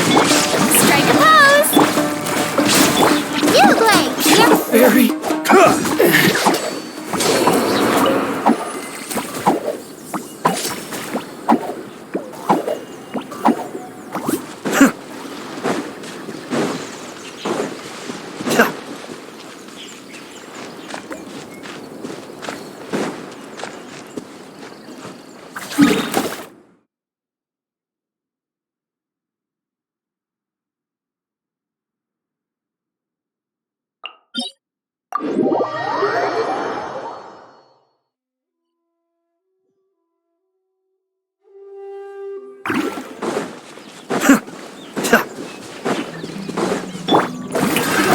Another There test. is no escape! Stay put!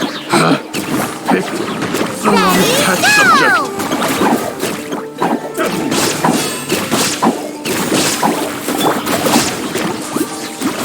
Illusion shattered! The depths beckon. Cut down. Like this.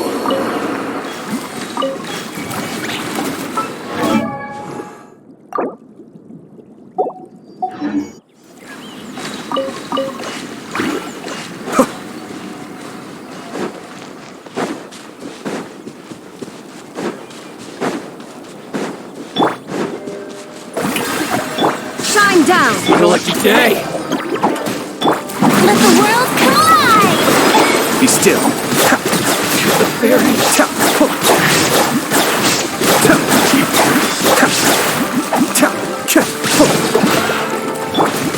Go get him, Uruguay! Highness.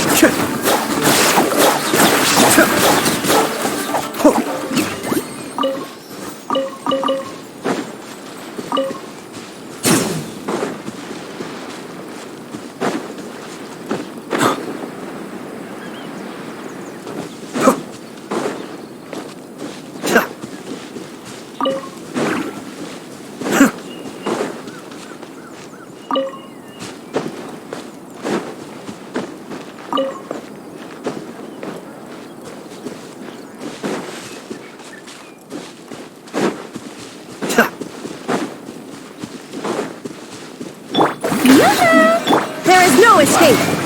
Don't be scared! Cascade.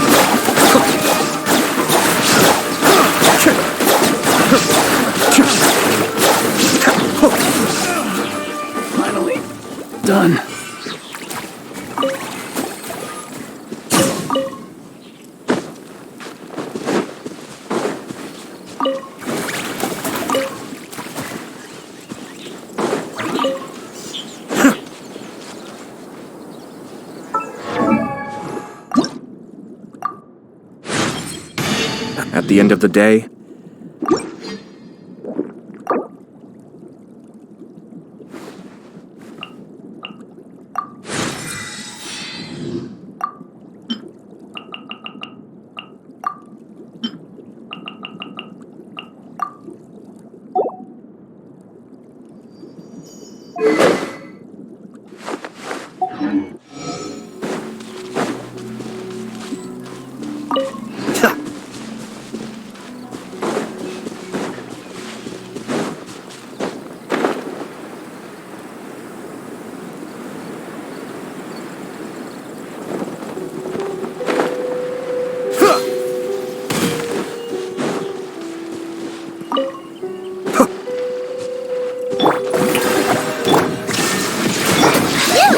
You're up!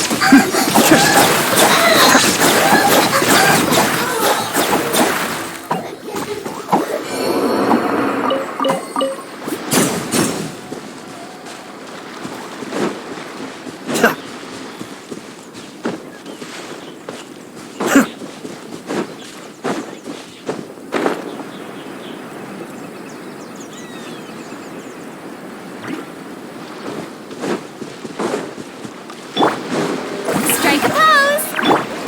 Stay put! New job. cascade.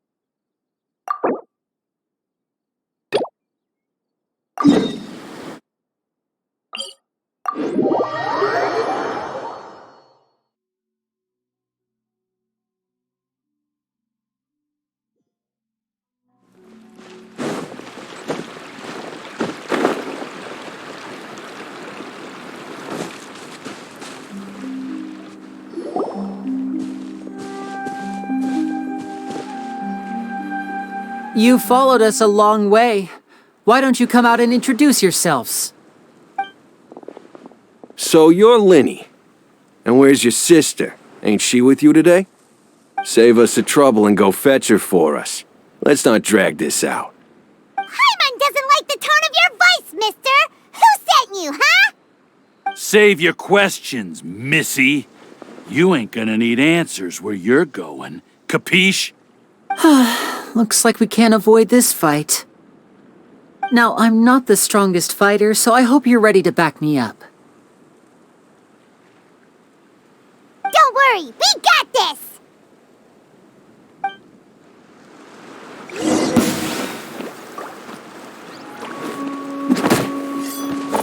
Ow! Yoo-hoo! Ready, go!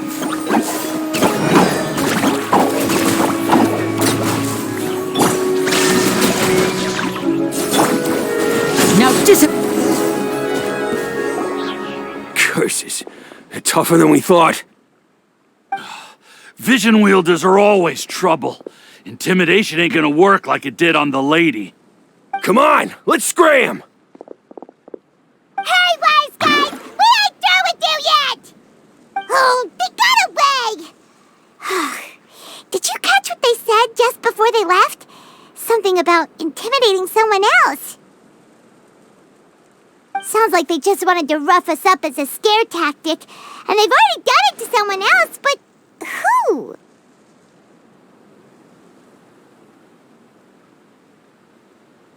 You're right. She was injured when we saw her yesterday, and she acted like she had something to hide. Maybe she was too scared to tell us the truth because those guys had threatened her. Well, if that's the case, she should be more willing to open up to us once she learns that those thugs won't be bothering her anymore. Let's head back to the cafe and see if we can get any information from her.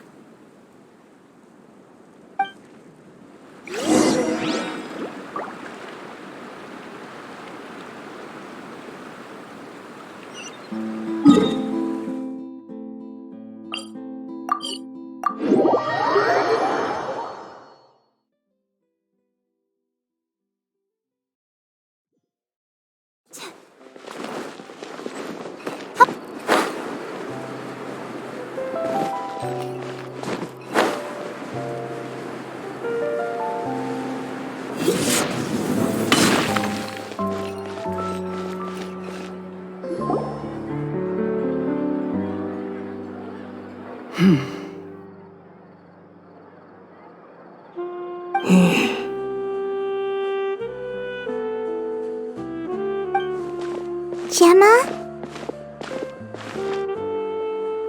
You again.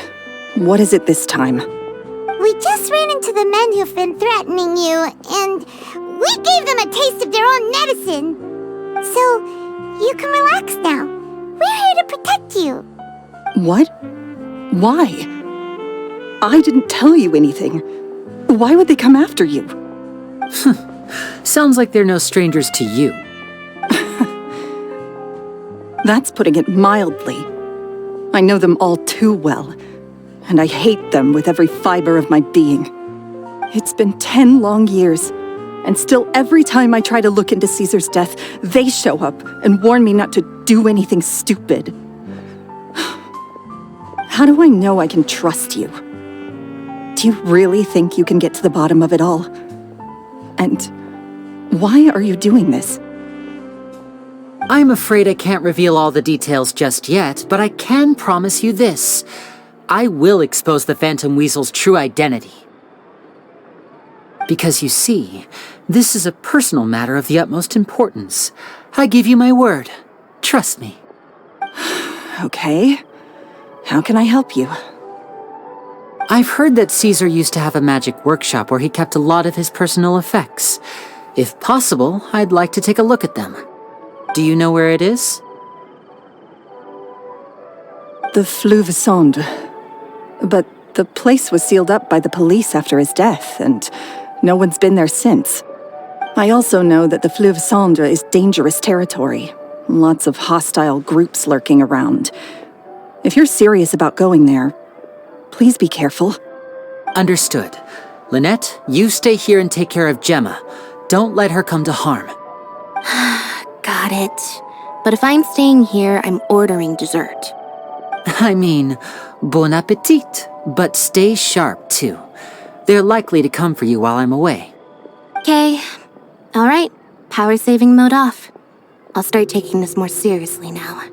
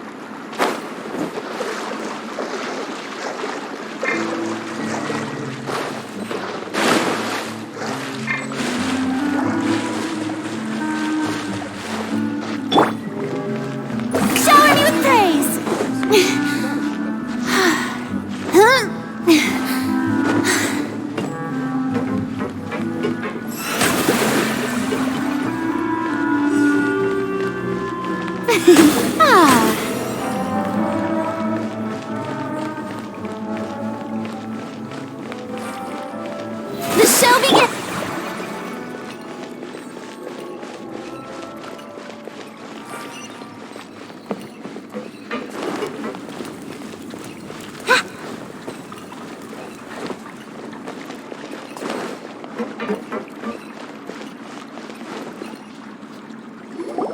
If Gemma gave us the right location, then the workshop should be right nearby. Looks like these boxes are blocking the entrance. Let's shift them away first. There we go. It should be just down here.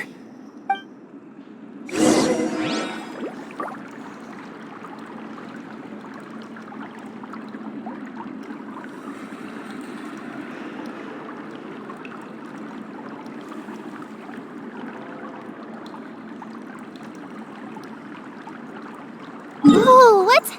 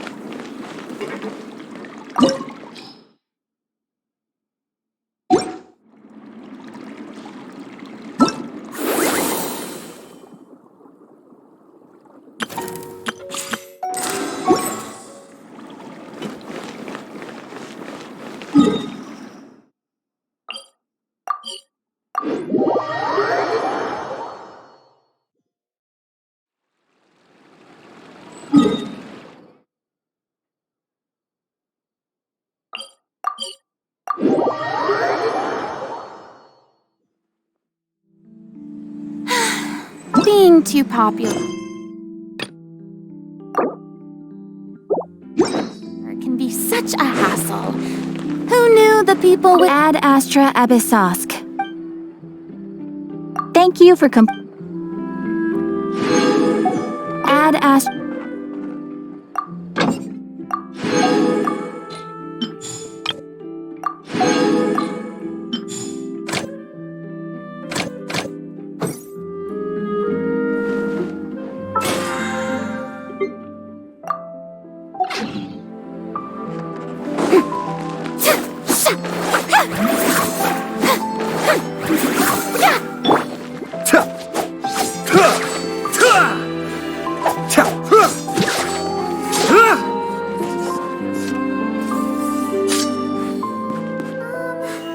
Can we play Banker next time?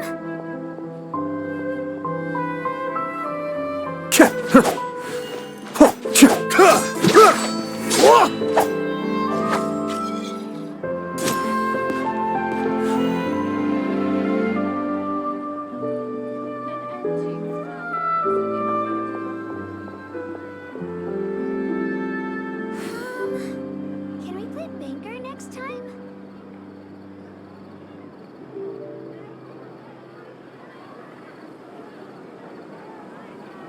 Ah.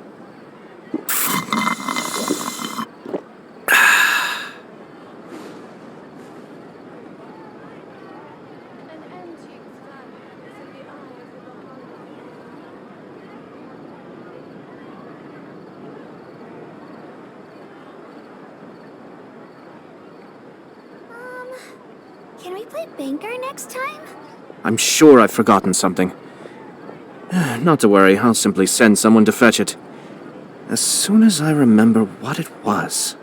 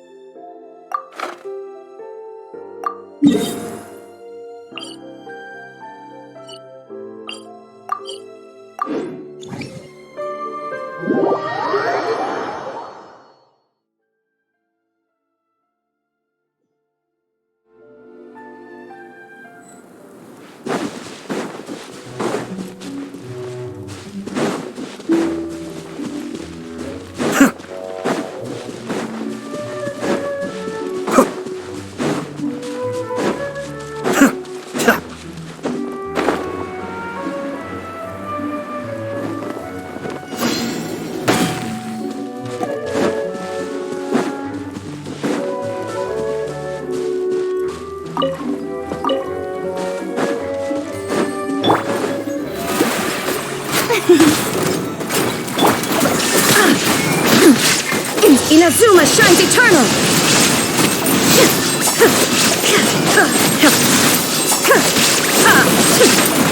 Illusion shattered!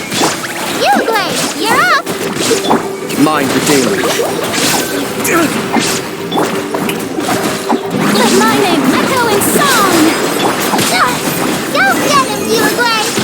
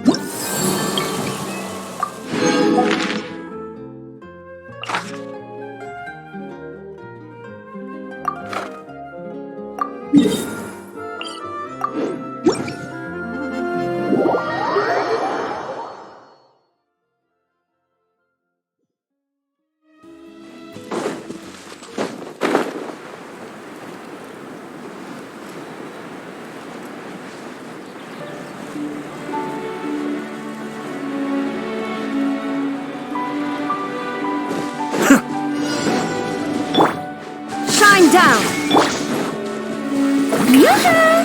Don't be scared! Be still.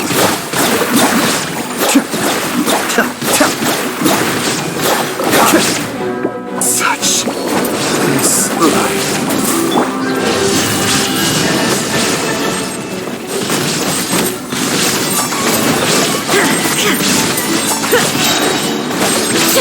There is no escape! Ready, go!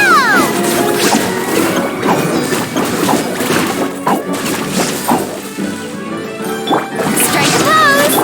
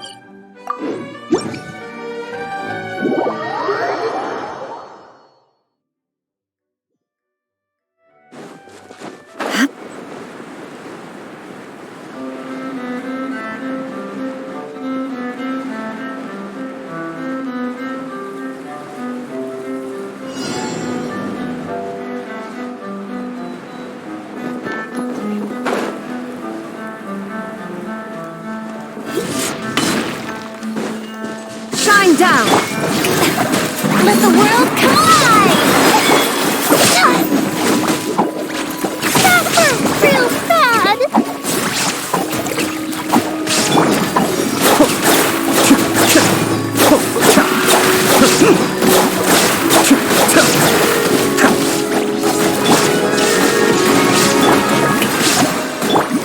Stay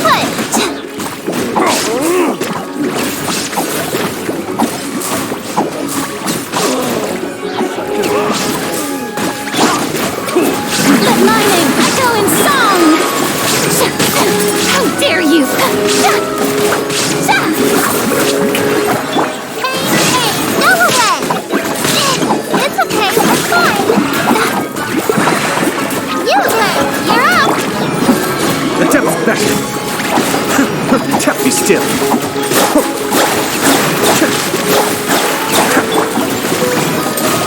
There is no escape!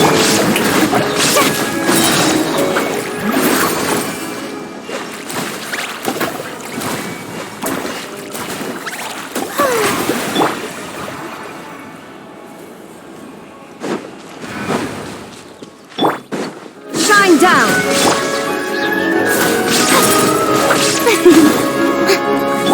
Stay put!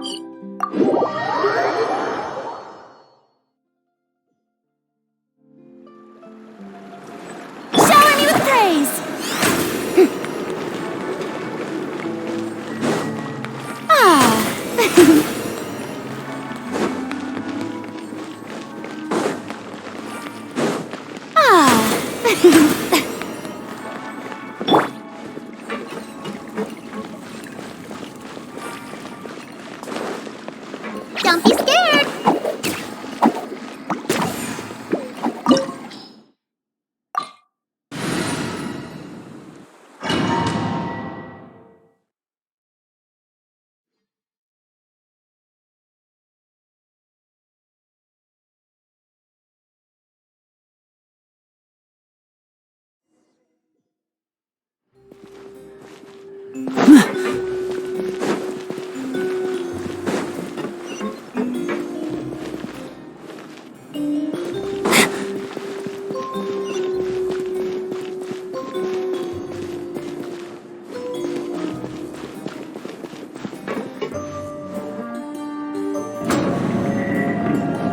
So this was Caesar's workshop. Nothing suspicious here, just normal magic props. What's in it?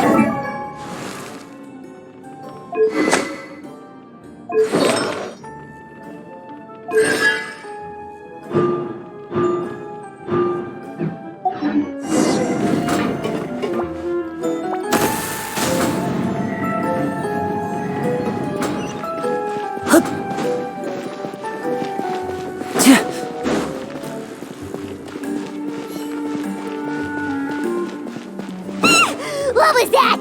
Oh, is this one of Caesar's gadgets? Guess we must have triggered some sort of device.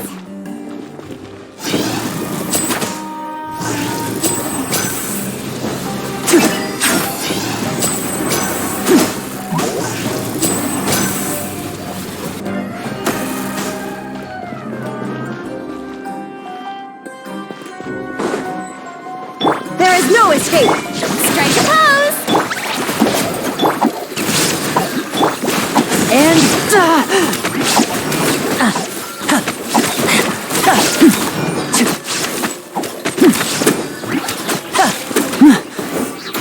Whoa. Look, the doll in the box is glowing.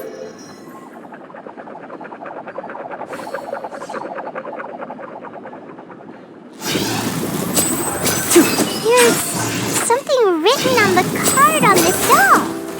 Let's take a closer look.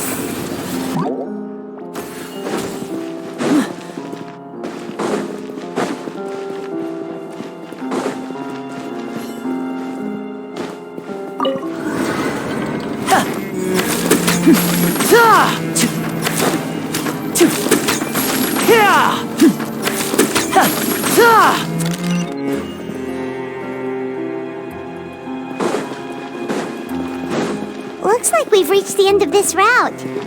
Shall we try a different one?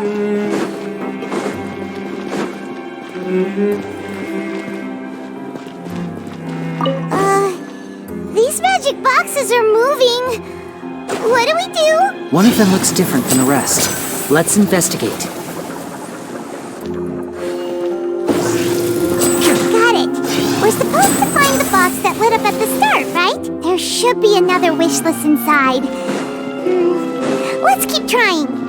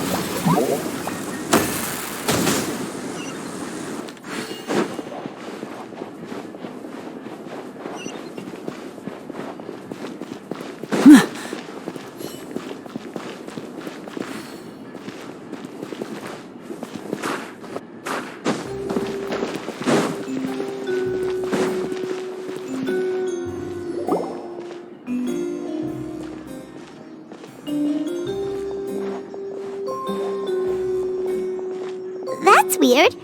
Have we reached the end already? There's nothing here. Maybe this was a wasted trip.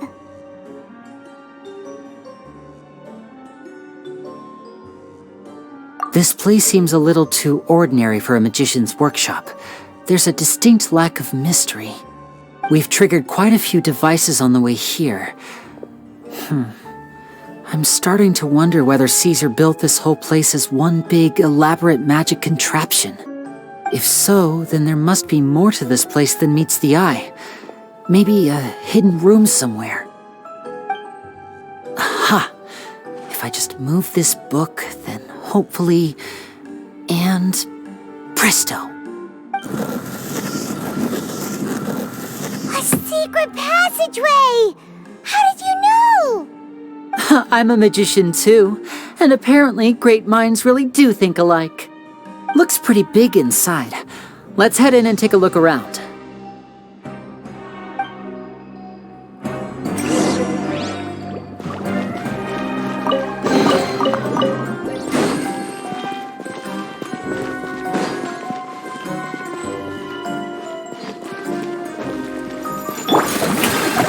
Illusion shattered! Stay put! Mind the deluge. Let's get this show on the road!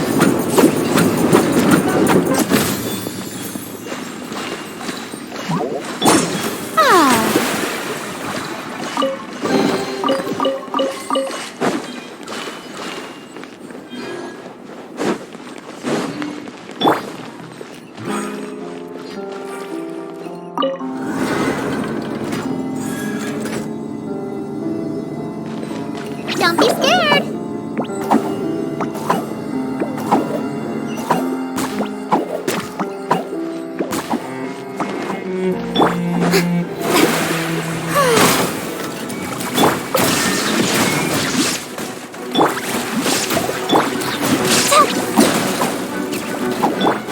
Now disappear!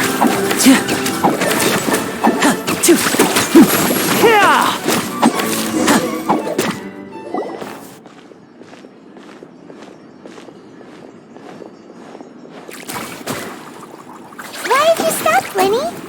Is there some device in that box? It just looks familiar somehow. Let me check this out for a second while you guys go on ahead. If anyone makes a major discovery, let's rendezvous here. All right, see you in a bit!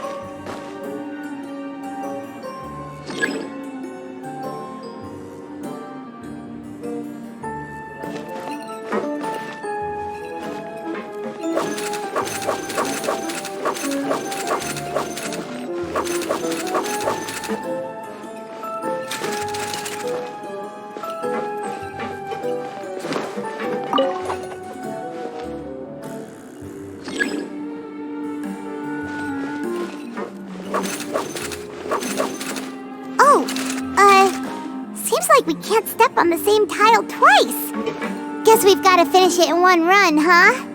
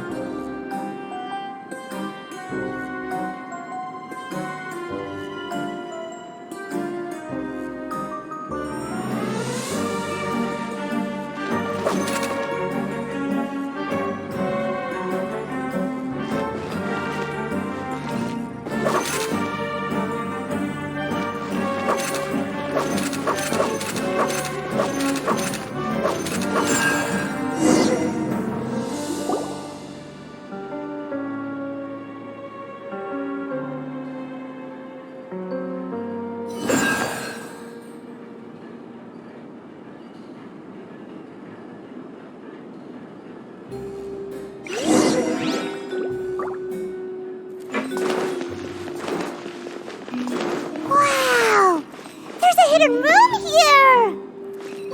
Let's see! Oh, this bookcase is full of Caesar's own notes! He wrote a lot. This book's thick as a brick! Let's take a peek inside it, shall we?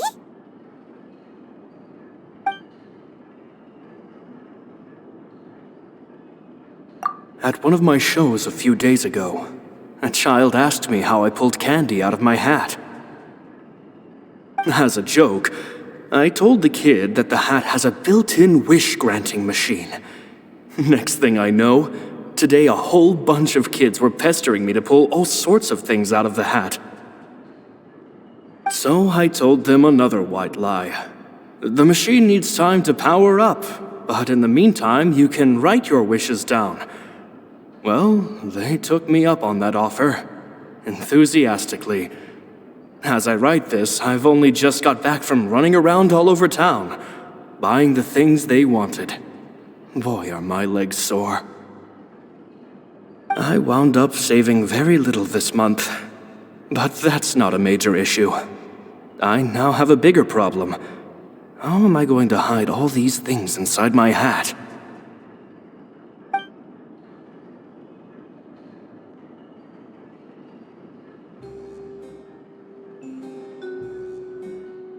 Two children came to talk to me after today's show. I don't know why they were out on their own. They looked much too young to be unsupervised. I do hope they got home safely. Anyway, they said that they wanted me to teach them how to do magic. It's not uncommon for children to ask this, of course, but I've never seen any of them as serious about it as these two. I told them that learning magic is very hard work. But that didn't faze them at all. It's like they already knew. They seemed so committed. I couldn't turn them down.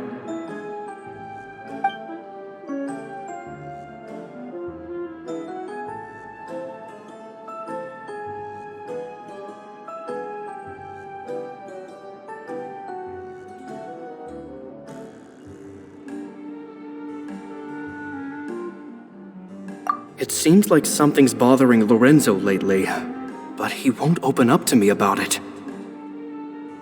Surely he's not upset that I agreed to teach those two children. I'll have to talk him around. I have a good feeling about those kids. They're naturally talented, and it seems like they're not new to the world of magic. They have all sorts of fantastic ideas. All I'm really doing is helping them develop a more professional standard training plan. They wanted to call me Master, but I told them they absolutely mustn't. Any magician worth their salt could have taught them what I have. They're the geniuses here. Compared to them, I don't deserve to be called any sort of master. With time, I have no doubt that they could become far greater magicians than I. My only concern is why they're so mature for their age. I fear they've had to grow up too fast. I don't dare to imagine what they must have been through. Gemma thinks so too. She doesn't like being around them. Says that their eyes are too piercing. They don't bother me, but then again, I've never been the sharpest tool in the shed.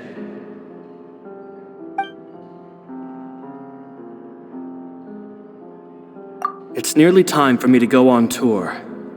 I asked the two kids if they'd like to come with me, but they shook their heads.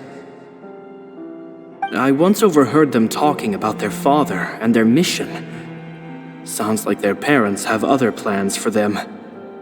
I guess we'll be parting ways soon. It's only been 10 days since I first met them, but I think that I've gotten a feel for their personalities now. They're very tough, but also very cautious, and they trust no one but each other. This, I fear, is not a good habit to have. They hide things from me too. For example, when I asked them where they live and why they wanted to learn magic, they lied. That's the thing about children. Whenever they're trying to cover something up, it always shows somehow. I can sense that their lives have been hard, possibly even dangerous too. They're not like other children. It's a shame that I can't do more to help them. After thinking things over, I decided to tell them a bit about how I see the world. It's full of lies and falsehoods, and that is why we must find our own truth. P.S. I hope they won't find my nagging annoying. Children are so opinionated nowadays. Will it do them more harm than good for someone they've only known 10 days to lecture them like that? P.P.S. Maybe I'm overthinking this. Children aren't interested in grand philosophies. It probably just went in one ear and out the other. I bet they've already forgotten every word I said. Oh, Caesar, Caesar. Just mind your own business next time.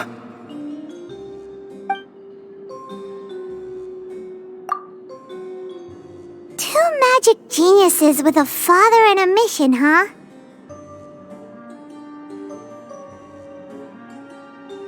Sounds a lot like he was writing about Linny and Lynette, don't you think? So did they meet Caesar when they were kids? Let's go ask Linny!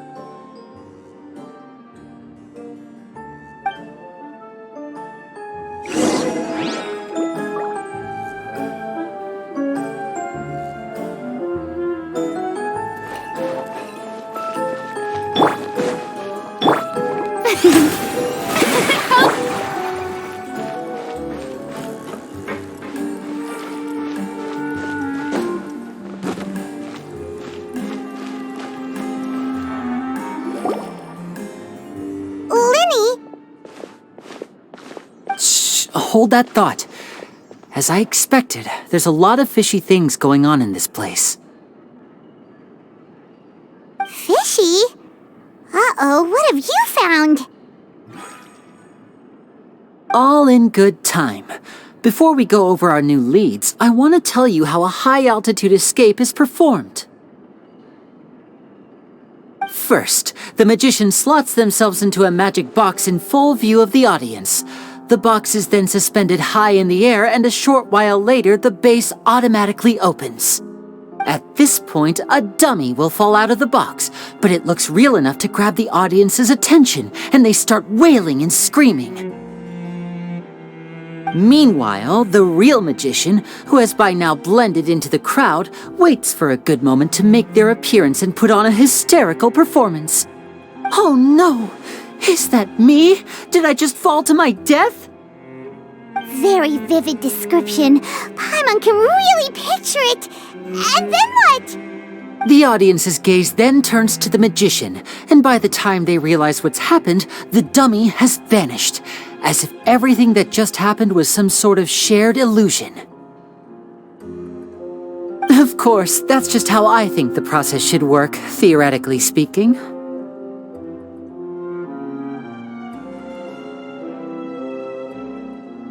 The inventor of this trick never performed it successfully. When the box opened, Caesar was the one who fell out, and not the dummy. He fell right to the ground from the highest point of the opera house. No one could hope to survive that fall, not without a vision at least. And no one else has ever attempted this trick since. My understanding of how it works is just based on what I could gather from his notes and the relevant gadgets here in his workshop. So Caesar's famous high-altitude escape has never been done, huh? Paimon was about to say how cool it would have been to see it in person, but if it's that dangerous, it's probably for the best that no one else tries to do it. Wait a second. So if a dummy's supposed to drop out of the box, then where does the real magician go? How does he get out? Glad you asked. That brings us to the secret of said box. This box right here is the one that Caesar constructed himself to use in the performance, and it's not as simple as it looks. Inside, there's a device that only the magician himself would know about. Once the magician's inside and the box is lifted up into the air, the audience's view of the box is fixed at a certain angle. From where they're standing, they have a clear view of the front, sides, and bottom, but the back and the top are now no longer visible. At this point, the magician presses a button inside the box, opening a secret door out of view. He then escapes through this trap door onto the opera house roof, waits for the dummy to fall and distract the audience, and quietly returns to ground level. That's way simpler than Paimon imagined. Even Paimon could probably do it. Well, there's a little more to it than that, of course. The hardest part of this trick is controlling the audience's mood and reactions. That takes an exceptional degree of showmanship. There's the falling dummy, the miraculous reappearance, the pompous performing. Maybe the magician would even have themselves tied up before it begins to strengthen the impression that there's no escape. Many days and nights of careful research and painstaking practice would have gone into this, all culminating in a performance just a few minutes long, but one that still manages to transform the shock and grief of a tragic accident to the joy and laughter of a mesmerizing magic trick. Caesar was a highly accomplished magician, but unfortunately, even he didn't manage to pull it off. So, how did it go so wrong? You said you found some fishy stuff here. Have you figured out what really happened? I can make a pretty good guess. I looked into the case files. The magic box Caesar was using at the time of his death had the secret button I mentioned positioned on the right-hand side. And, sure enough, he always used his right hand as his dominant hand in public. Okay. Nothing suspicious there. But here's the strange thing. Most of the devices in this workshop have the mechanism on the left-hand side, including this box right here, which leads me to believe that Caesar was in fact left-handed.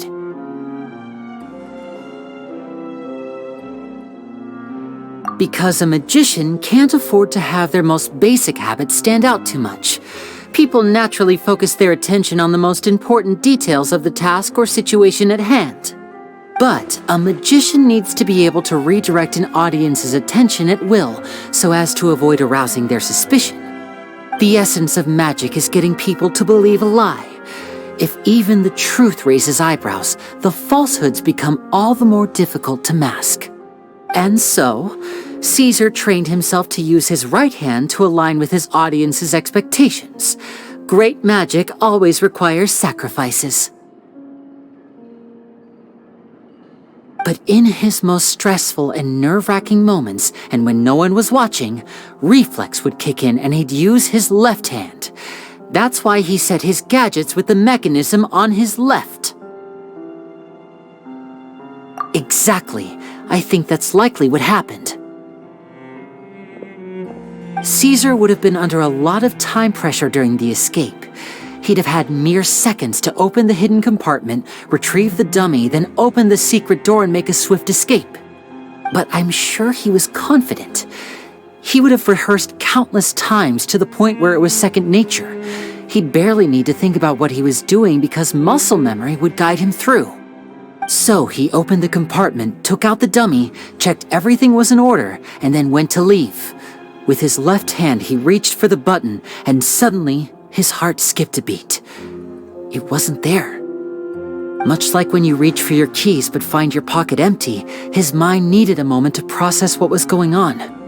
Instinctively, his left hand would keep feeling around for the missing button, maybe for another second or two, until the bottom of the box gave way. With the stakes being as high as they were, just a 2-second delay cost him everything. The authorities would find nothing suspicious and conclude that his death was due to his own error. When in reality, someone switched the boxes, and they did it to murder him. But how would they be able to make the switch without being noticed? That would be difficult to pull off, no? It would have to have been someone who knew that he was left-handed, and who could move his props around without arousing suspicion. Someone who was always by his side. Isn't that right, Lorenzo? You just couldn't let sleeping dogs lie, could you? There's not a lot of people who'd go to all this trouble for some magician who died 10 years ago. I didn't want to have to do this, you know. Silencing you the hard way just creates more problems for me to deal with. But I gave you your chance. I hoped you'd do what's good for you and back off like the lady, but you disappoint me. You mean Gemma?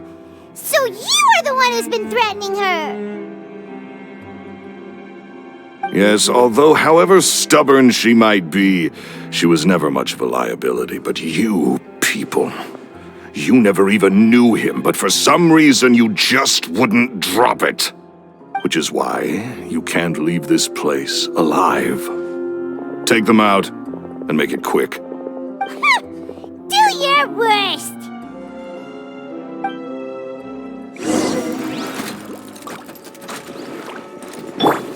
May I present? Still. Shine down! Stay put! Time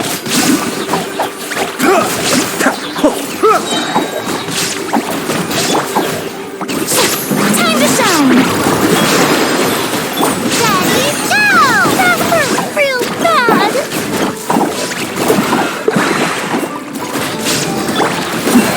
Attempt back. Illusion shattered!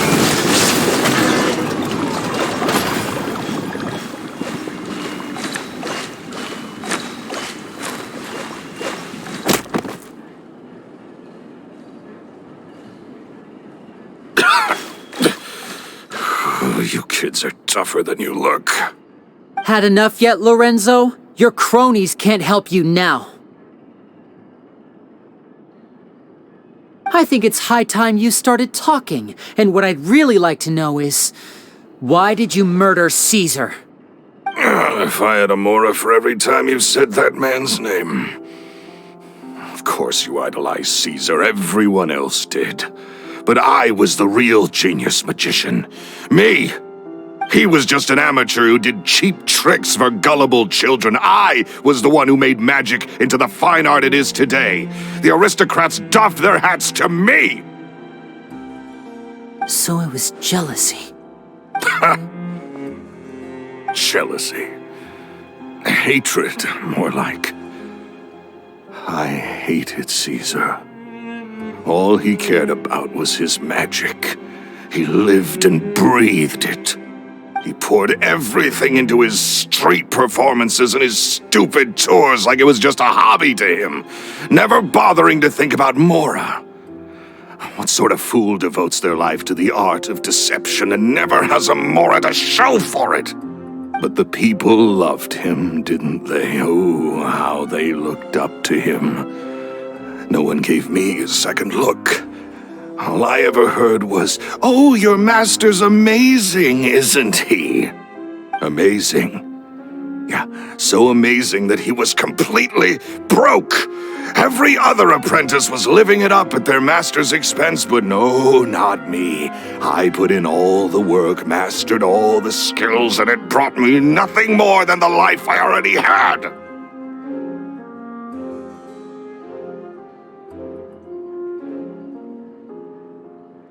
He forbade me from using magic to trick people out of their mora. There was nothing he hated more than that. And with his reputation in Fontaine, it was too risky for me to go it alone. As long as he was alive, if I dabbled in my own brand of money-making magic, he would expose me, and it would destroy me. I had to kill him. There was no other way. He had to go. And this was your only motive? It was reason enough. What other motive would I need?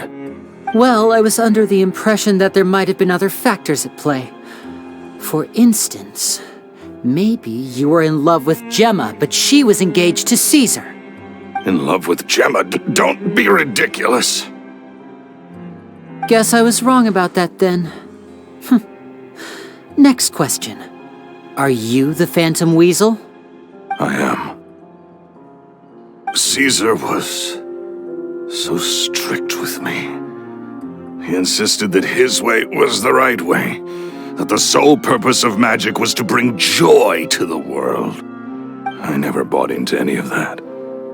I was more interested in the practical value of magic. Sure enough, it helped me fill my pockets with all kinds of valuable treasures.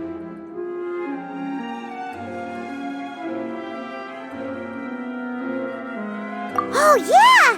Charlotte told us that the weasel would steal whatever people valued, no matter how much it was worth. That's just how it looked from the outside. What would any thief want with second-rate loot? I've only ever targeted high-value items. I stole cheap things as a way of practicing my craft. It was other people's overactive imaginations that conjured up the preposterous image they then dubbed the Phantom Weasel. So, that's the story, huh? Well, I hope you're ready to tell it all over again during your trial. What choice do I have? You're a pack of wolves, and you've got me between your jaws. You've seen what's here, and my last-ditch effort to stop it getting out has failed. What else can I do? So be it. I've enjoyed power and wealth for the last 10 years, the likes of which Caesar could never give me. I wouldn't choose for things to end this way, but I regret nothing. Very well. In that case, I'll contact the guards. Traveler, Paimon, keep an eye on Lorenzo for me. I'll meet you just outside the workshop when I'm back.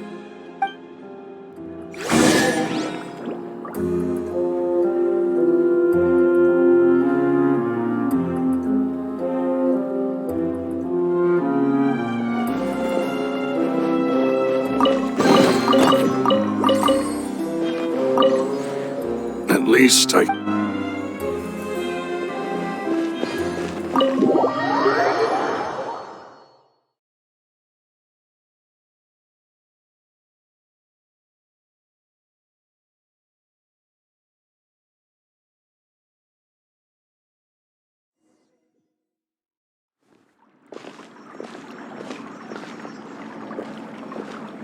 Lily has told me the whole story. Lorenzo, do you confess to the murder of Caesar and to framing him for the Phantom Weasel's crimes? Look who's finally developed a conscience. What kind of disciple murders their own master? I hope it was worth it, because there'll be hell to pay.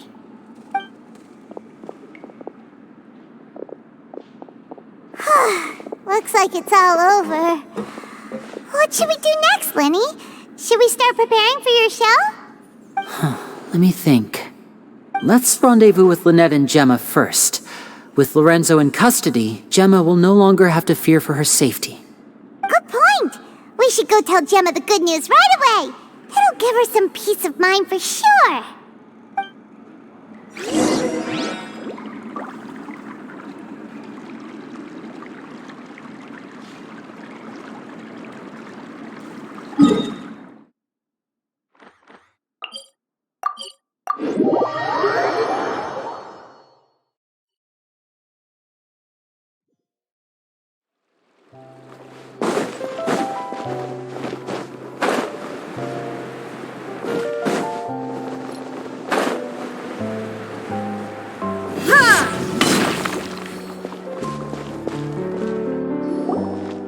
Ah, you're back. You were so quick. I've only just finished my 3rd dessert. Your 3rd? Lynette, come on, we've talked about this. Everything in moderation. You're not gonna have any room left for dinner now. It's fine. I'll shift to exercise mode and jog off the excess sugar. That's besides the point. Well, it's done now, but try to eat a more balanced diet in the future. Point taken. Did everything go okay? Of course! Lorenzo was no match for us. The guards are taking him into custody as we speak. Gosh, that's amazing. I'm sorry, I still didn't know if I could trust you, but now it seems I can. I had my suspicions about Lorenzo, but It's okay, we understand. He did threaten you. Paimon would find it hard to trust strangers in your position, too. But you don't need to be scared anymore. Everything's gonna be okay. Sorry. My emotions are all over the place right now. I've been waiting for this day to come for so long. I always wanted to report Lorenzo. He took all of Caesar's property, which I found suspicious, but I had people watching me all the time, so I couldn't risk looking into it. I was so afraid. I was scared he'd do something terrible to me, and then no one would be left to visit Caesar's grave. So I never had the courage to speak out. Thank you all. Truly, thank you so much.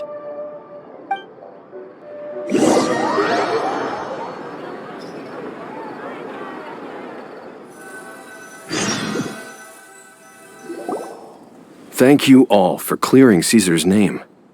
I never would have guessed that Lorenzo was the real Phantom Weasel. He never showed any signs that there were problems between him and Caesar in public. From the outside, it looked like they got along great. And to think that lowlife's been living life to the fullest all this time, while Caesar's name was getting dragged through the mud. It's a travesty. At least his soul can finally rest in peace now, thanks to your efforts.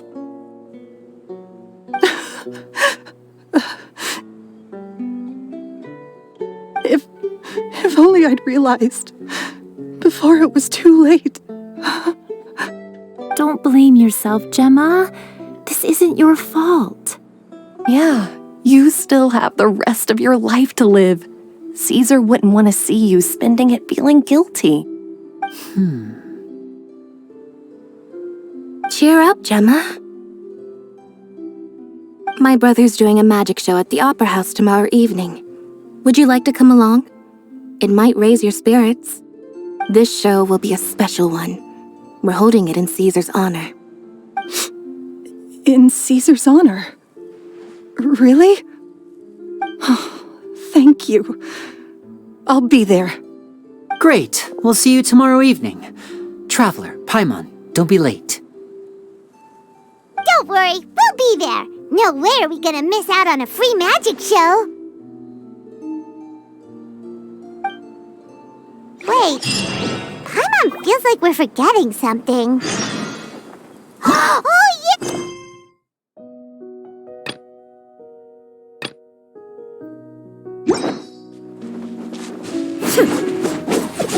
Lenny changed the topic back in the workshop, so we didn't get a chance to bring it up. Oh well, guess we'll just have to ask